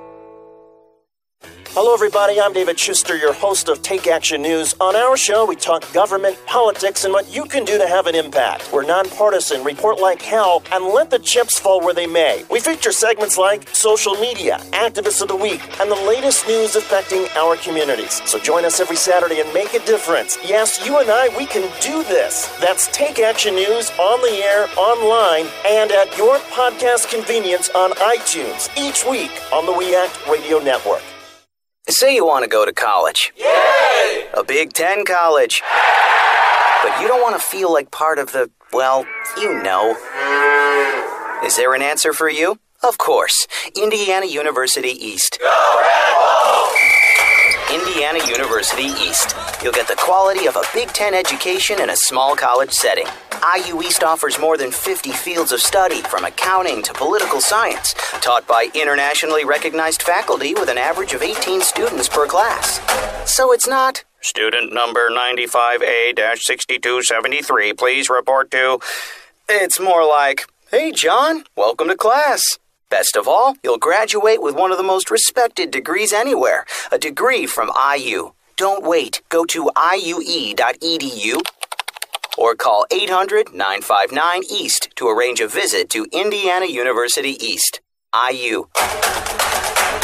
focused on you. We Act Radio is a very proud partner of the Start at Westminster, a harm reduction, prevention, and awareness initiative sponsored by the Westminster Presbyterian Church right here in D.C. START stands for Syringe, Treatment, Advocacy, Resources, Training. These are the core elements of the harm reduction philosophy at START.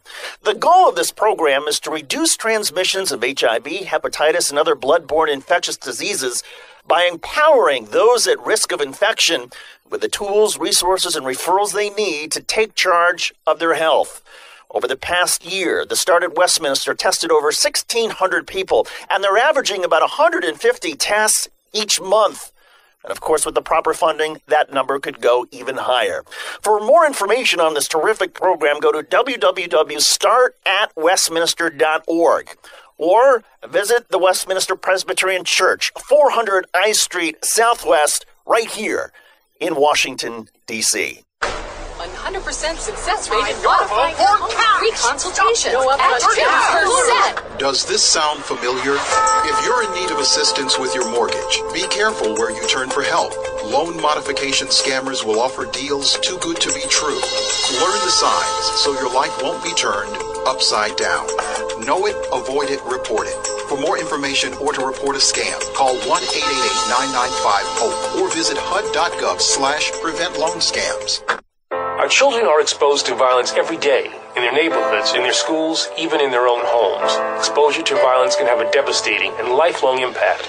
Through community action and leadership at the national level, we're identifying the children who need our help. I'm Attorney General Eric Holder, and I'm asking those of you who have a role in a child's life to take action.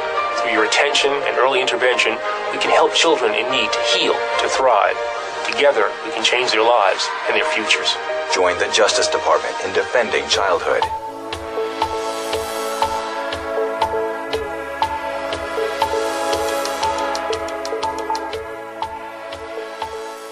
And we are back on the 0 Hour. This is Richard Eskow. And I've been looking forward to speaking to our next guest quite a bit. She wrote a piece well, I've known about her for a long time. Annie Leonard spent nearly 2 decades investigating and organizing in the environmental health and justice area, which is a matter for all of us, literally of life and death. She went from that work, or perhaps better described as an extension of that work. She's best known for creating The Story of Stuff. In 2007, The Story of Stuff was quite a hit, a 20-minute web film that goes through an eye-opening history of our consumer-driven culture and what happens to the stuff in it. And I remember when it came out, everybody was saying, how can we do something like The Story of Stuff? And my answer was, well, be as talented at it as Annie Leonard, because I don't know how to do that. But Annie wrote a great... Annie, are you with us? I'm here.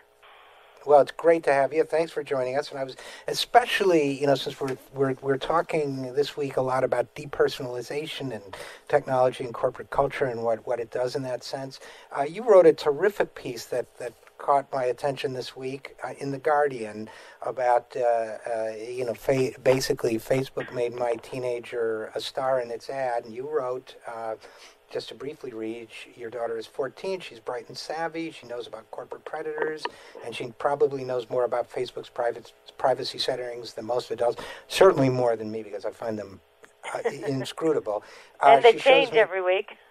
Of course they do. I think that's part of the game. Yet without her knowledge, her image, my daughter's image, has shown up next to ads for clothing stores that represent something she opposes, the global supply chain that exploits workers. I don't want her to be publicly associated with those clothing stores, and more importantly, neither does she. And yet this entire system is designed, as you write, anytime somebody likes something or quote-unquote checks in here or whatever, they're running the risk of being part of a corporate ad. And contrary, you wrote, and then I'll let you speak for yourself, contrary to what Mark Zuckerberg would have you believe, there's not a fine line between a selfie and a sponsored post.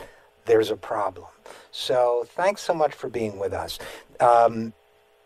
I know what motivated you to write this piece, I believe, but I guess my first question for you would be, since you're known for this Story of Stuff and environmental activism, do you see a through line between what happened to your daughter on Facebook, even though it's digital and therefore, leaves no carbon footprint, presumably? Do you see a through line between that and your environmental work?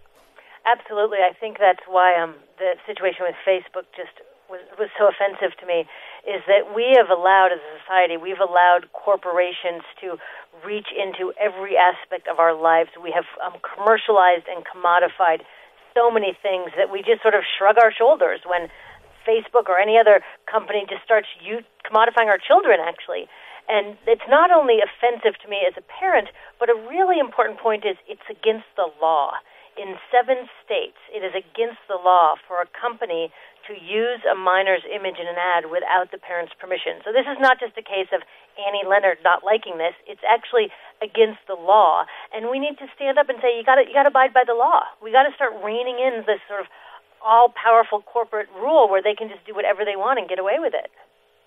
Well, if I were to read between the lines a little bit in that observation about being against the law, which is critically important because we're talking about minors, I would say there are probably 2 issues here. One is that it's against the law because it's, in this case, an exploitation of a minor. Secondly, the fact that it's against the law because it is a minor in 7 states might, if we decide to act on it, give an opportunity to illustrate through legal action what it's doing to all of us, whether we're a minor or not. Is that a fair reading of your motivation, perhaps?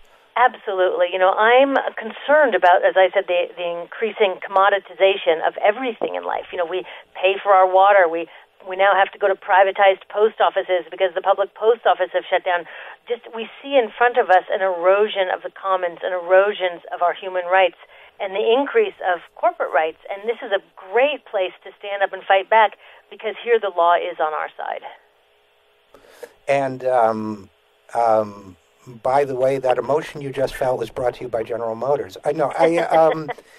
There's no question about it. I mean, I think one of the frightening things and appalling things about this is the fact that it happens almost invisibly. In fact, it does happen invisibly to a certain extent, that there's this slow erosion. I mean, the theme of this program today has been depersonalization, loss of personhood, and whether it's in the classroom or in the factory or on the street, or being born in the city of Detroit, or in this case, the notion of going back to the Magna Carta, the integrity of self and household and family and all this, to me it feels that this violates it in a very profound way, and yet sometimes I get the sense that the people in the society at large, I don't want to say everybody, but that a significant chunk of the population really feels as if they're living in a reality show, and if they're occasionally endorsing a product as part of their reality show fantasy, selfie endorsement, they don't care. And I hope I'm wrong, but I wonder if there's any truth to that. Well, I do think it's more true in this country than in other countries. I've had the good fortune to travel a lot, and I have never seen a country where both the physical landscape and our mental landscape is just so saturated with commercial advertisements. And so the distinction between commercial messages and real life gets blurry because it is just so relentless. And again, that's why it is so important to stand up and fight back on this. I'm surprised at how many people have pushed back on my op-ed and said, if you don't like Facebook, don't use it. And this is not about me liking or not liking something that Facebook is doing, because there's lots of things about Facebook that I don't like. This is about them actually violating the law by commercializing our minors without parental consent, and we've got to put our foot down and say, enough, you just can't do this. The reason we have a law the reason we have lots of laws is to ensure that our society is safe and fair and secure, and to protect the persons. And if we allow laws to be randomly disregarded like that, then we start to break down the whole foundation of our society. Well, I see 2 dimensions in what you say that are very important. The first is that the notion that a corporation should be exempt from the law and that if you don't like it, you should just leave. I mean, to me, that's something we need to fight, too. The notion that whether it's in the Google buses illegally using municipal bus stops and then being retrospectively forgiven, or whether it's this instance that corporations need to be held accountable to the public will, which is represented by laws. But the second is the loss of the commons in public life, the loss of social spaces, the loss of cafes cafes and village greens and those types of things. Like it or not, the Facebooks of this world become the village green, and they've been privatized. So for someone to even say to you, despite you make a great point about why they're wrong, but they're also wrong, in my opinion, and you tell me what you think, but because they're basically saying then keep your children off the commons and lock them inside, because we've allowed our commons to be created and managed by a corporation, and if you don't like it, you can stay inside your house. Absolutely. I mean, if any of your listeners have a teenager, you know that just not using Facebook, then it does create other issues. So, for example, my daughter, when she's doing her homework, if she has a question about homework or she missed an assignment because she was sick, she posts a message on Facebook and says, who has the math assignment for Mr. Henry's class? And then people answer her within minutes. We'll have to have you back. We're going to have to leave it there, but because we have a hard stop coming up. But Annie Leonard, I hope you'll come back and talk with us, and I hope you'll keep up the good fight on this issue, because it's much more important than a lot of people will realize, and we'll be tracking your efforts in this area. Annie Leonard, thanks so much for being with us. Thank you for the support. You bet. So that was Annie Leonard, creator of the Story of Stuff. We are going to be following her fight to keep Facebook from illegally exploiting children. We'll be following the fight against depersonalizing ourselves as individual beings, as human beings in this increasingly corporatized planet, this increasingly corporatized state. The fight isn't over. We can still win. Tweet and Facebook all your friends about it. It is winnable. It is doable. We are here to help you do that, but time's running out. I'm Richard Eskow. Time's almost up. This is the Zero Hour. Thanks for being with us. Please listen again next week.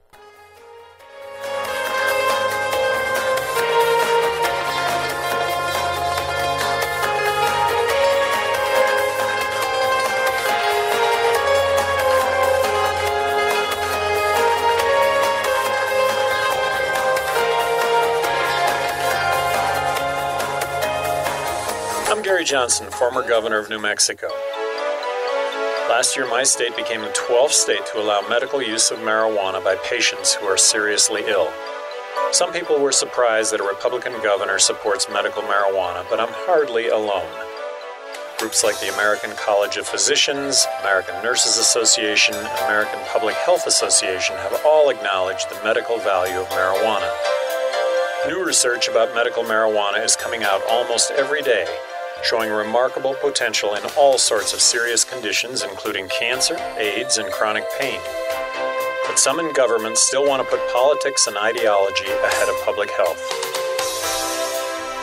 To learn more about medical marijuana and what you can do to help, contact the Marijuana Policy Project at 1-877-JOIN-MPP or visit them on the web at mpp.org.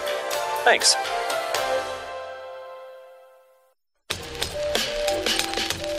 You're listening to We Act Radio, WPWC 1480 AM. Now get out there and do something.